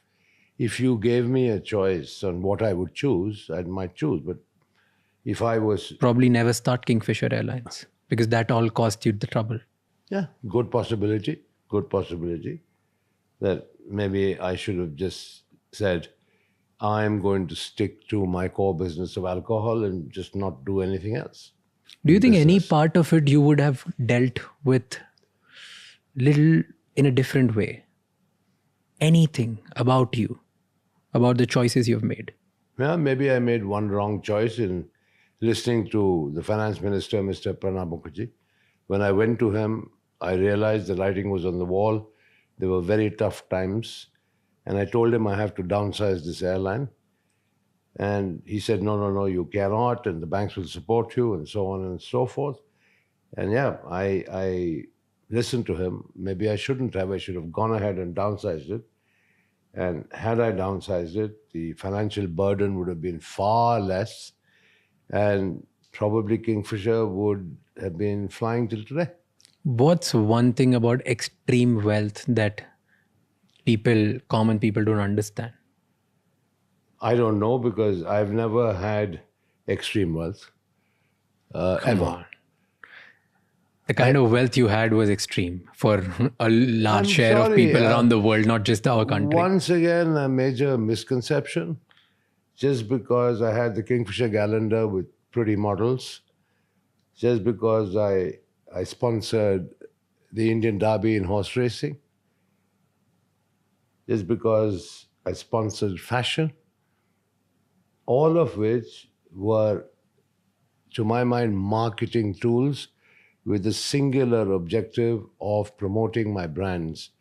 And I got the tag of King of Good Times, which gave the impression that I was super rich. I didn't spend a penny from my pocket. None. But you were super rich. You still are super rich. I'm not. All my assets in India have been taken. Right? So yes, there were thousands of crores. They're all gone. Right? So what do I have left? That's India. Here, you're sitting in my house. I've explained my lifestyle. It's normal. What's super rich about it? Come on. This is super. What's super rich about it? This is super rich. Let's just agree to disagree here. All right. Because, That's come fine. on. Fine. Like, what are we even talking about? Yeah, This so- is not a life of somebody, a normal taxpayer or a normal person going to a job or 99% of the people in the world. Were you ever in control of your public image? Why? I never even tried. Because what you're telling, the version that I get to see in last 2 days and what probably millions of people would get to see now is a version that is completely different that is out there. That's why I'm doing the podcast with you. You built a personal brand which crashed down way worse than Kingfisher Airlines. Did you ever make it, or it was always just the media who did it? It was only the media who did it. So you were never control of your personal brand ever at any point. Not once. Never even paid attention to it. And you never bothered. No, why should I bother? And why bother now? You're absolutely correct. But what's going on? Like, why do you care now? Because I'm not talking about brand Vijay Mallya. I'm talking about how I have been wronged. I'd like to show you something. All right. Here is the recovery certificate of the Debt Recovery Tribunal. Right. It says recovery certificate 6,203 crores, 35 lakhs, 3,879 and paisa 42 only. That's the 6,203 crores plus interest at 11.5% with yearly rests. All right. So that is evidence of the debt. Right? Okay. You asked me earlier, where did this 9,000 crore figure come from? This is the official Debt Recovery Tribunal Karnataka Bangalore's document. Yeah, that's And they have said that you owe 6,203 crore rupees. me along with four others. 4 others. Yeah. Correct. Okay. Kingfisher Airlines, United Breweries, Vijay Mallya, Kingfisher Fine West. Correct. Okay.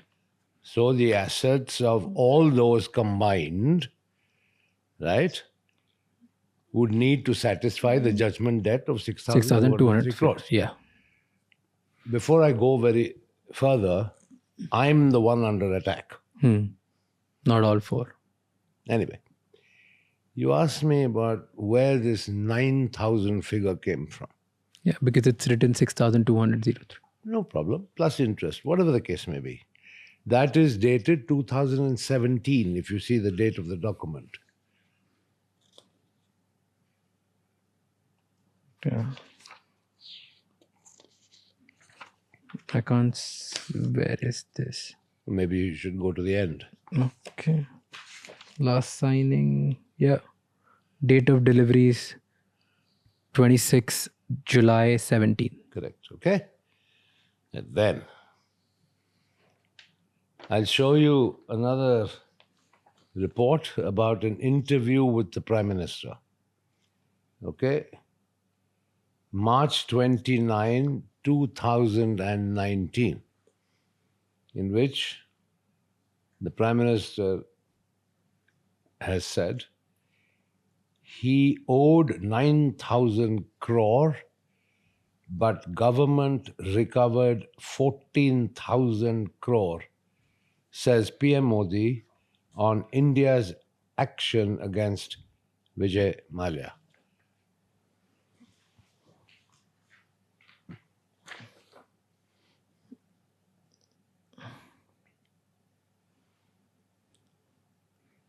But So why would a PM say 9,000 crore? Where this number? I'm as perplexed as you are because the banks have not ever submitted a statement of account to me, which in itself is very strange. But the Prime Minister has said it, and it has been widely reported, all right? And it quotes the figure of 9,000 crores. Now, the Prime Minister of India is not going to make a frivolous statement. Somebody must have told him the this number. But I wonder if there was no keen governmental interest in me. It's not normal for a Prime Minister of the world's largest democracy to be talking about recovery from a guarantor called Vijay Mallya. He addressed it because your case was very public and a lot of people were questioning it. You became a public matter. You were no more a private defaulter. So I'm the only one, according to you. No, you were way too public than others. There are several other companies who have borrowed a lot more money. Seriously, a lot more money. But nobody gets mentioned. Anyway, that's fine. I'm just narrating the sequence of events. Then. But before we go there, Yeah. who are you actually fighting against? Media, government, or judiciary? I'm not in court against the media. I'm not in court against the judiciary. I can't be. I'm defending myself from those who are prosecuting me. And the prosecutor is either the government or the bank. Simple. Okay. I'll go through the series of events. Let's go through those events together. One of the sort of allegations is that I improperly borrowed money from the IDBI bank by some sort of nexus. Yeah, between you and the general manager. And the chairman and managing director and executive directors, which is... A lot of people were involved so that the normal rules of lending were not applicable to you. IDBI Bank had a Reserve Bank of India and a Ministry of Finance representative on their board. All the loans that Kingfisher Airlines received were approved by their board. Right? But I will draw your attention to a public statement in 2021, because IDBI is a publicly listed entity, had to report their financial performance to the stock exchange. And announcing the quarter one results, the managing director and CEO, M.K. Sharma, said that 278 crores by way of principal and 331 crores by way of interest, aggregating 753 crores, was recovered from Kingfisher Airlines. This is in 2021. And therefore, IDBI was paid in full.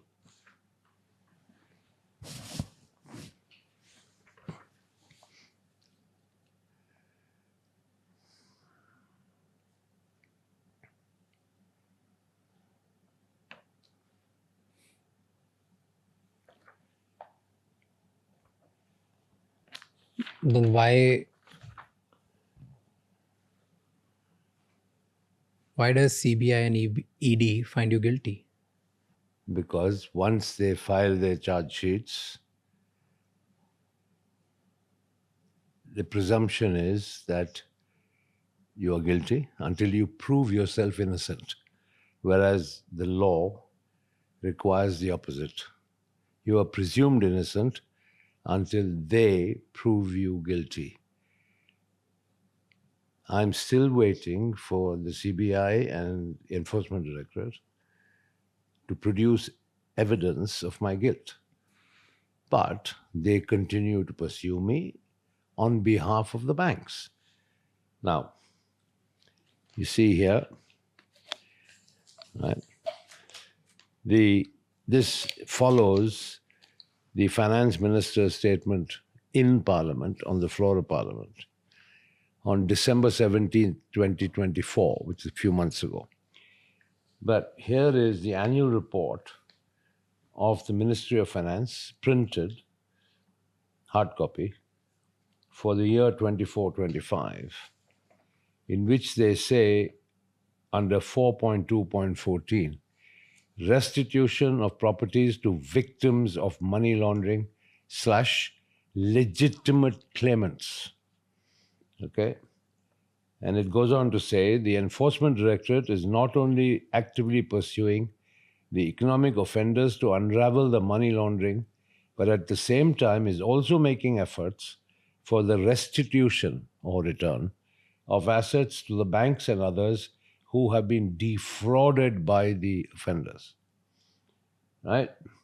The ED has successfully restored properties valued at approximately rupees 22,280 crores to victims or legitimate claimants.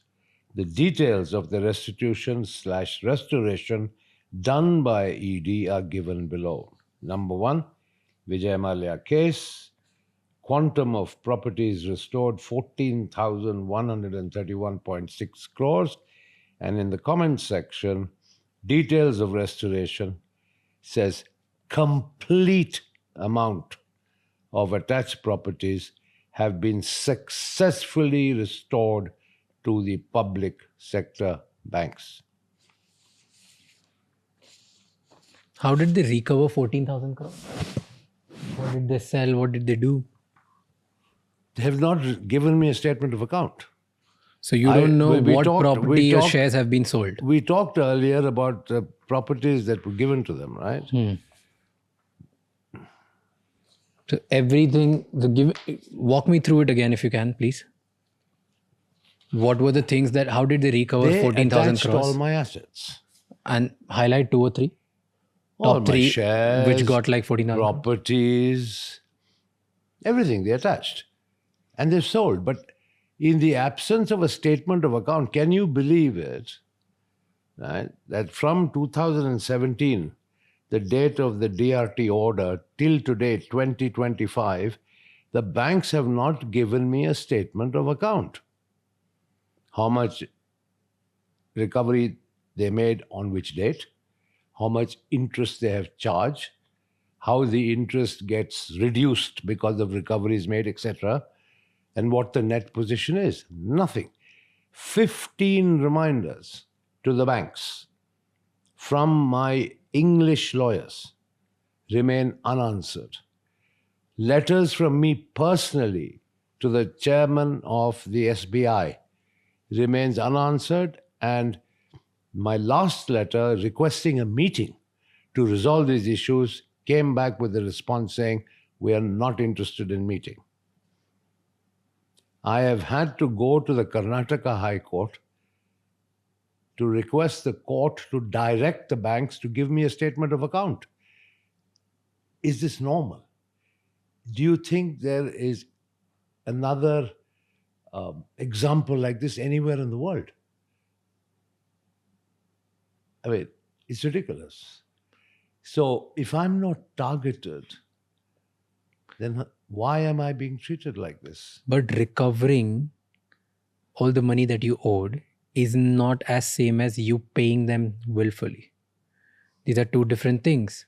Yes, so Maybe you I committed made 4 different settlement offers from in when? writing. From when to when? So around 2016, including before the Supreme Court of India, which the banks dismissed. Before you left the country, you made this? Yes, absolutely. Absolutely. I've been trying to settle with the banks. Do you have that proof? Yeah, it's public record, Supreme Court of India records. Absolutely. I would also like to remind you, I told the finance minister that I was leaving, in 2016 in March and told him that, Pudi, please facilitate a meeting with the banks to settle this loan issue. Here's something that don't add up for me. On 29th February 2016, Supreme Court announced that the plea seeking action against Vijay Mallya would be heard on March 3. And you left on March 2nd. I'm not aware of this Supreme Court directive. How is it possible? Somebody from insider must have told you something, because if a Supreme Court declares a date against you, how were you not aware? You were already fighting. There were lawyers after lawyers. I'm sure there must be something. Because there was no such Supreme Court directive. Simple. But it's out there in every media, everywhere. But it's written. Like if you go back, if you search today, all the newspapers online, everything that you see, it's said that on 29th February, Supreme Court directed that, and you left on March 2nd. But my World Council meeting, obligation and appointment was fixed 3 months before that. That is okay. I'm not saying that So that was already a well-established travel plan. Plus, I once again remind you, I told the finance minister himself on the day of my departure. But that doesn't mean that you were not aware of this. Aware of what? I'm sorry, I don't get it. Aware of the fact that Supreme Court has a hearing against you on March 3rd. Absolutely not. There was no such hearing. There was no such hearing. Supreme Court has said this. All right. So, like I have provided you documentary evidence, if I'm shown a piece of paper that states that there was a Supreme Court hearing in my case scheduled on the day of my departure, I will March respond 3rd. to it. You left on March 2nd. Yeah. So, unfortunately, I don't have the Supreme Court document, but I only have news clippings and news. I am not aware of any such Supreme Court directive. I am not aware of it. Okay, then the other case, you said once you landed here, your passport was revoked. You wanted to maybe come back, but you were yourself in shock that the passport was revoked, right? Yes. Walk me through the day when you got to know that you can't come back to India. I don't remember the exact date, but like what were you going through? When did you get, like the moment you got to know that your passport being suspended or revoked? Yeah, but suspension and other forms of restriction would have been understood or perceived differently. But revocation of a passport, it's the most severe form of withdrawal, right? To revoke. Yeah. So, because I did not attend the summons of the Enforcement Directorate, to which I replied, and I said, I'm coming back, but I need some time. I need to arrange some money to pay off the bank loans, etc. But they revoked the passport. What they intended to achieve by revocation of my passport, I still do not know. But so on March 2nd, you left. March 8th, banks informed Supreme Courts that you have left the country. On 15th April, your suspension came for your passport. Revocation. The suspension was 15th April 2016 and 24th April was the revocation. You know the dates better than me. Okay, fine. So from 15 to 24, MEA says that because there was no reply from you, they had to revoke it. Why didn't you reply after 15 when you got to know that your passport getting suspended? I replied to them. I don't remember, but they revoked the passport. I mean, that's what matters. Because you were not replying to them. That's what their reply is. That's what they officially told you.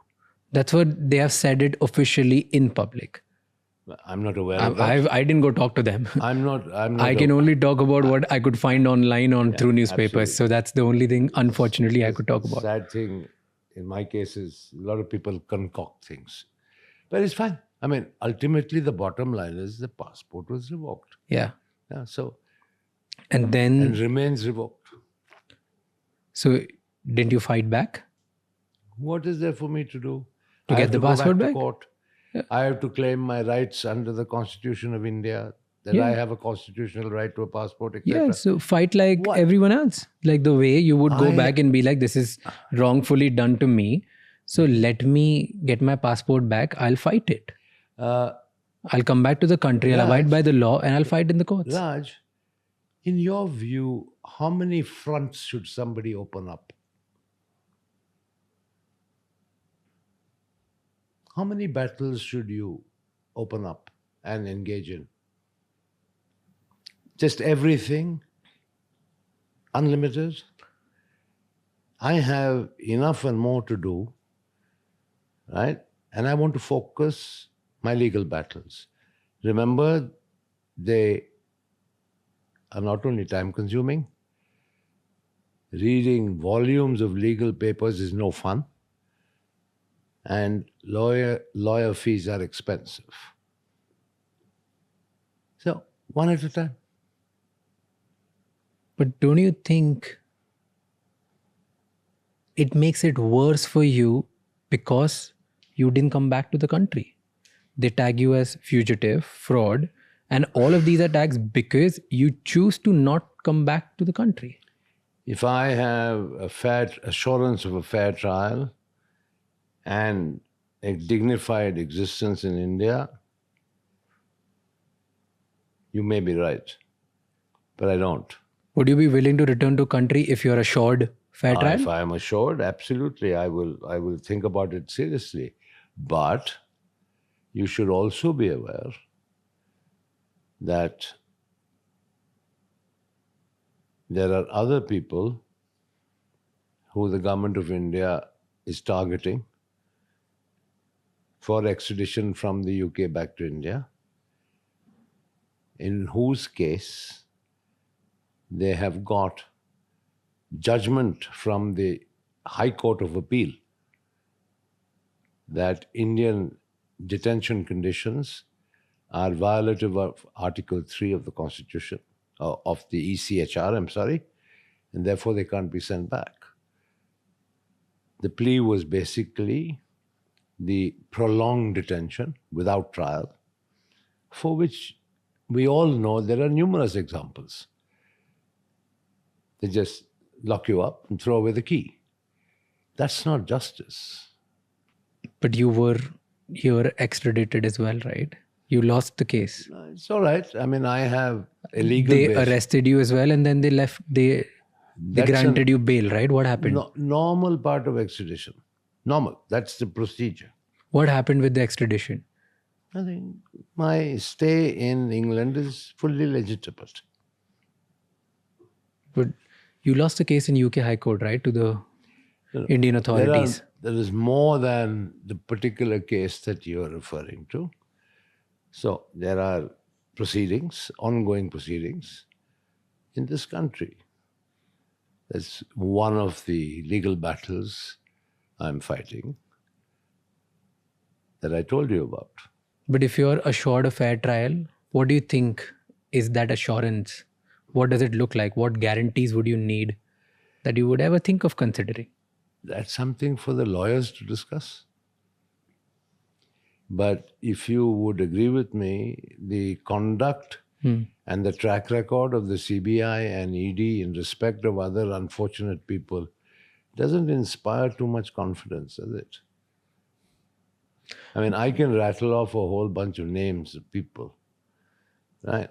See, let's talk about I just also your told case. you about the fact that in India, sadly, a business failure is compared or is equivalent to a fraud. But there are numerous cases of Indian businessmen who have defaulted on loan and they've still stayed in the country and have fought and they have not left the country. And that's why people don't call them chore. They look them in a bad eye because that's something which socially we are conditioned to look at in that way. But they've stayed there. That's why they've not been called fugitives or chore. Okay. And fair there are enough. cases like, there's so many cases like that. Fine, call me a fugitive for not going to India post-March I didn't run away. I flew out of India on a pre-scheduled visit, right? Fair enough. I did not return for reasons that I consider are valid. So if you want to call me a fugitive, go ahead. But where's the chore coming from? Where is the choree? Because the agencies in the country, CBI, ED, all the courts, the highest court, they all have found misrepresentation of funds and they have cases against you. And they've concluded their cases by saying that your financial transactions were not clean. There's no choree there. You took loan, your company, Kingfisher Airlines, took loan to revive the company, but then you took that money and offshored that money into different accounts around the world. That's what the case is about. If I'm not mistaken, I think CBI in 2017, they concluded around 423 crores were found. Then ED said something around 3,000 crores had some problem with money laundering. So there were these numbers. I can find exact numbers and I can quote which I found out. No problem. But why? Like EDS said 3,547 crore was laundered.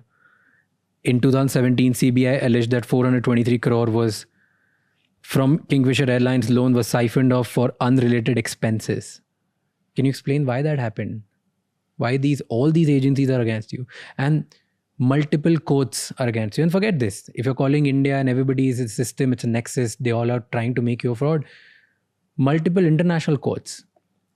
Switzerland authorities, UK High Court, one of the courts from UK, they have also found you guilty for misrepresentation of funds, right? And they've lost Swiss cases court. to Swiss authorities. What about the Swiss authority? They've also found that there were transactions during those times, right? The Swiss authority have found nothing. The Swiss authority froze my children's accounts based on a request by the government of India. They did not adjudicate on anything. The government of India wrote to all these foreign governments saying Vijay Mallya and his family's properties should be frozen, right? Only the Swiss acted on it. The French acted on it. Fine. They were not stolen properties or acquired from any money due from Kingfisher Airlines to the banks. There is absolutely no evidence. The CBI and ED are well known to concoct, fabricate, and present false evidence. That's fine, but they have to prove it. As I said, the norm is you are innocent until you are proven guilty, not the other way around. Now let me explain the 423 crores. In an airline, more than 50% of operating costs are in foreign currency. You lease planes, you pay in dollars. Okay, you import spares, you pay in dollars. You have aircraft checks and services, you pay in dollars. Right? So the money has to go out of India. You can concoct whatever you want and say that money sent out of India means siphoning money. But why are they calling it unrelated expenses? They may call if it all of these were the expenses for these reasons, they would be related expenses. But that is a question that the CBI must answer. The allegations are against me. I am refuting those allegations. I am saying all these allegations are complete nonsense. And how would you explain 3,547 crores, which ED has alleged? That's not sent out of India. That is the borrowing Money from the laundered. banks. But they claim it has been laundered. What is laundered? If I laundered it means, what are you suggesting? I stole it? What is laundered? Laundered to me is trying to turn cash to check and check to cash. That's laundering, right? If they say I've laundered the money, what are they saying I did with that money? Did I steal it? Did I fund my lifestyle with it? What is the essence? What is the charge of laundering? here's the basic case. Let me try to explain you what a common man in India understands about your case in very basic language. If I borrow 100 rupees from a bank, I use 50 rupees from that money to buy a property outside India, and I only have 50 left, and that 50 I spent it in my business trying to make it work. And then when the banks are asking me to get the money, I say, I don't have any money. Now, banks are not saying that why did you burn the 50 rupees in making the business work? They are questioning why did you transfer this 50 rupees to buy something else outside? So That is the whole case. And in your case, numbers are outrageous. So where is any iota of evidence that I used even 1 rupee of Kingfisher Airlines funds to acquire overseas properties? There is no such allegation. So what are CBI and ED concluding then? What they have won cases in India, they've concluded certain things, and that's why they're fighting on some grounds. Why would UK courts even entertain if there's no proof? Why would anybody have anything UK around court it? entertain what? Indian CBI authorities action against you or case against you if there's no proof. The job of the UK court is only to establish and determine whether there is a prima facie case to be sent to trial. Right? The UK court has not adjudicated and said you are either guilty or innocent. The job of a UK extradition judge is to say, is what CBI is saying, fine, is there a case to be tried in front of a judge? That's the limit. They have determined that. Now it is for the CBI and me to fight it out Okay. in the court. They provide their evidence, I will provide my evidence. Okay, so that's as far as the UK court is concerned. Got it. So it has just gone to the trial. So, absolutely. Okay. What is the allegation?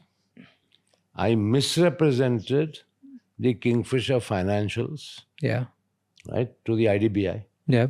I colluded with the senior management of the IDBI to get the loan, right? And then I misused the proceeds of that 900 crore loan. This is the 3 allegations. The allegation, sub-allegation about Formula One team sponsorship. I responded to you earlier. Yeah. The Formula One team sent back 10 million pounds to Kingfisher Airlines to help it. All right? They brought in Royal Challengers Bangalore as a cricket team. That was the sponsorship money paid, right, for the umpire's uniform, where it said Fly Kingfisher. It was a pure, for advertising. Of course, the CBI says it was misuse of funds. Fair enough, everybody is entitled to their opinion. But when the case is tried before a judge, it is the judge who will decide who's right, who's wrong, whether this tantamounts to siphoning or diversion or improper use. In terms of the collusion, right, there is not an iota of proof. Not an iota of proof. I met Chairman Agarwal twice.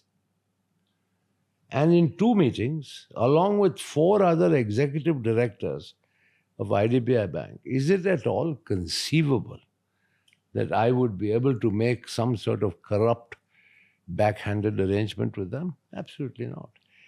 But the loan was subsequently approved by the IDBI board. If there was something so blatantly wrong in the sanction process, because Kingfisher didn't meet the norms, right? Kingfisher's financials were weak. Yes, I agree. But the board of the IDBI Bank would have found out and commented upon it themselves. They approved it. Because the CBI are making allegations, all of which are fine. But there is an equally robust defense against these allegations. in the same case, when it comes to IDBI and all the consortium of banks which gave you loan. It is also said that there was an independent agency from UK which put out a brand valuation of 4,100 crores on Kingfisher's brand. But in reality, the brand value was only 160 crores when later was audited by an independent valuer. And that was the mismanagement, and that was the collusion between you and the IDBI board and stuff. That you sold them and you misrepresented the brand value, which in reality was not the case. Okay, so let me tell you, there was no UK independent agency. Grant Thornton. Grant Thornton is a very, very well-established accounting company hired by me, not by anybody else. And the other company was Brand Finance. Both these companies gave a brand valuation, right? I submitted the Grant Thornton brand valuation report, right? The bank took it.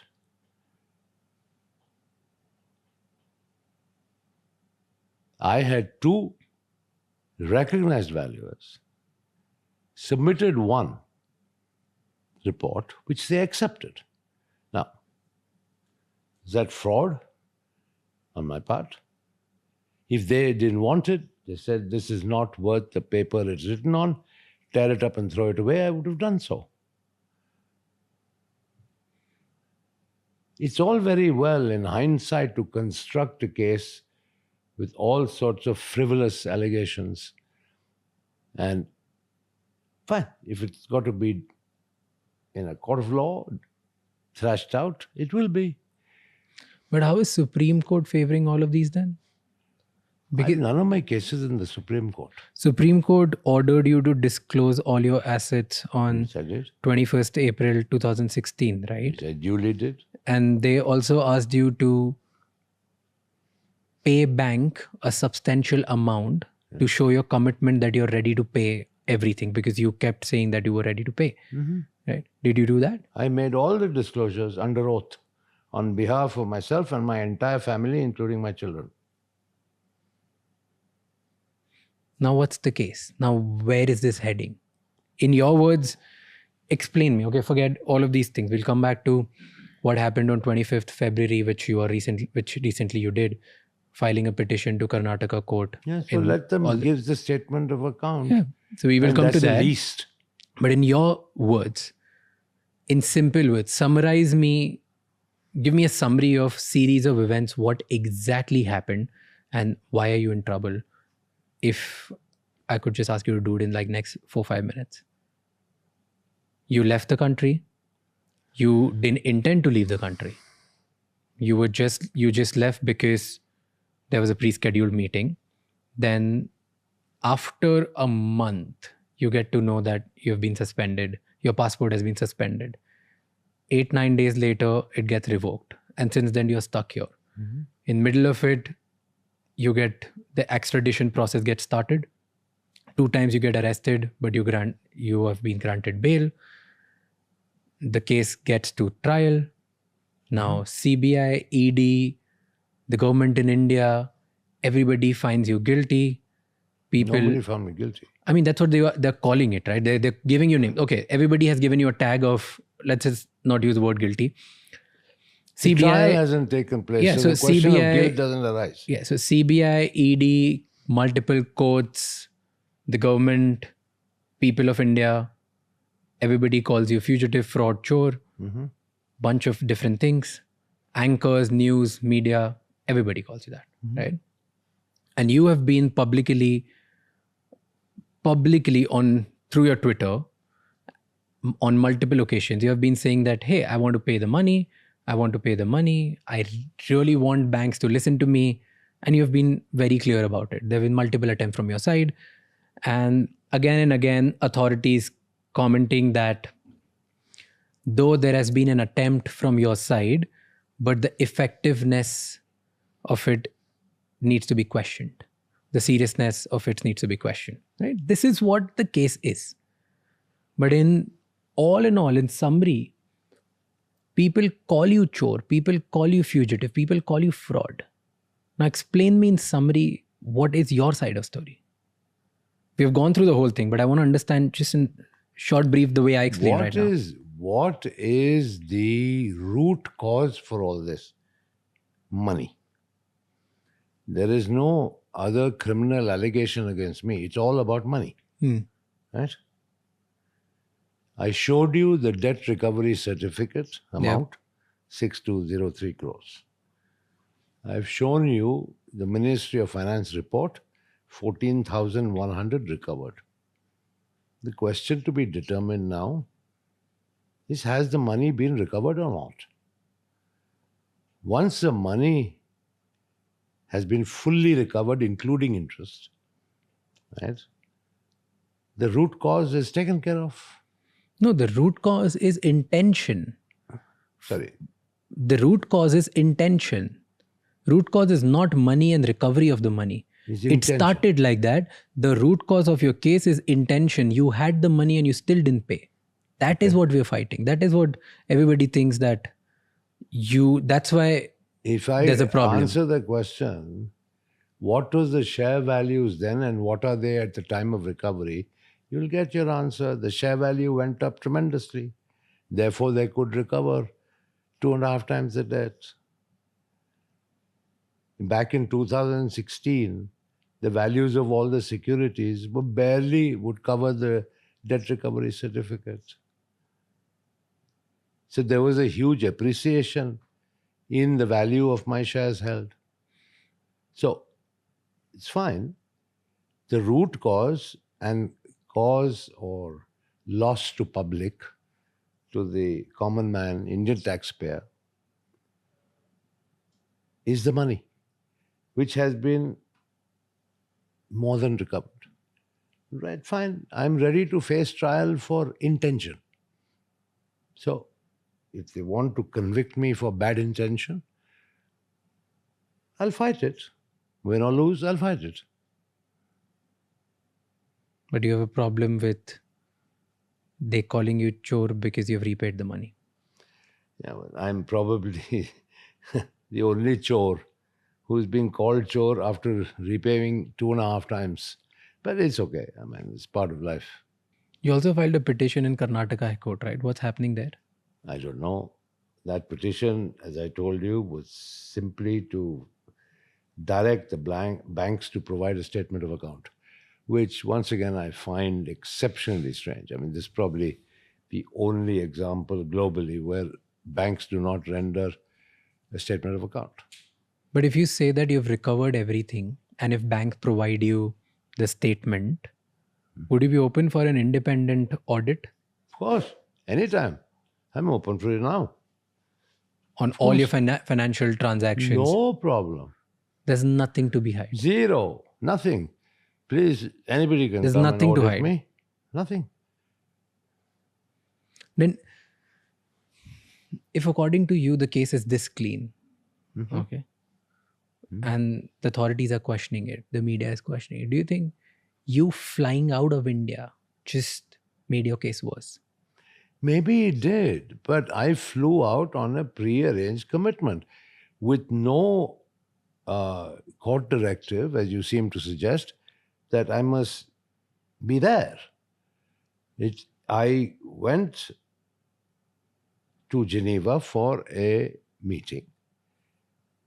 And then, you know, the media furor that broke out, and the environment was too hot and too hostile and certainly not conducive for an immediate return.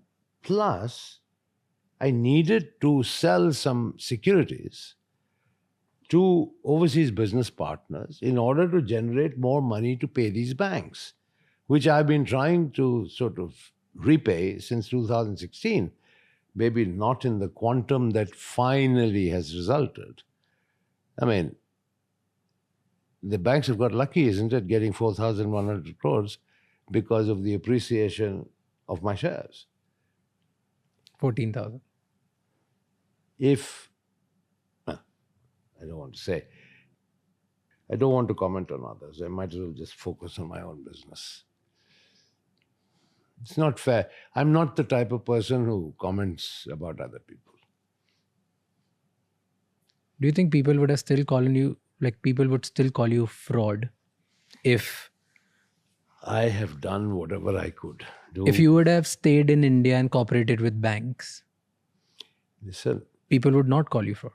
fine, so people are abusing me. Maybe will continue to abuse me. There's nothing I can do about it. That's why I kept quiet for 9 years. Is there any proof where you requested banks that I want to settle way before all of this Of started? course, there is proof. Can you give me? Sure, it's part of Supreme Court record. How do we access it? Is there I'll a ask way? my lawyers to give you a copy. No problem at all. Easily done. Before 2016? Yes, absolutely. How do you want to be remembered? How do you want Vijay Mallya to be remembered? Hopefully for the good things that I might have done. Certainly not for being a chore.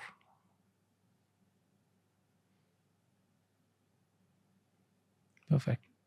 All right. Okay? Thank you for doing Chalo. this. You're welcome. Thank you so much for walking us through every little detail of your case, your life, and what's going on. I just hope that whichever party is right wins and people see it the way you want to deliver it, and people see through every little thing which they must have fed in a bad way or wrong way. I don't know which side they will believe. I don't know which side media will believe. I don't know which side the authorities will believe in. But I hope they do the right thing. So thank you so much for walking us through every little thing. Good. Thanks for being here. Thank you.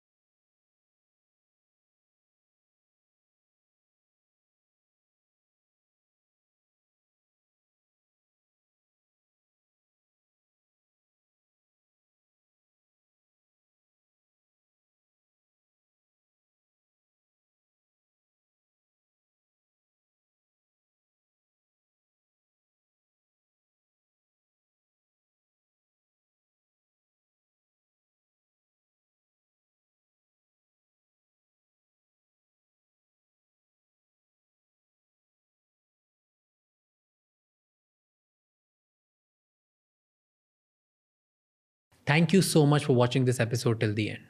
I take these kind of episodes with utmost responsibility. I'll see you the next time. Until then, keep figuring out.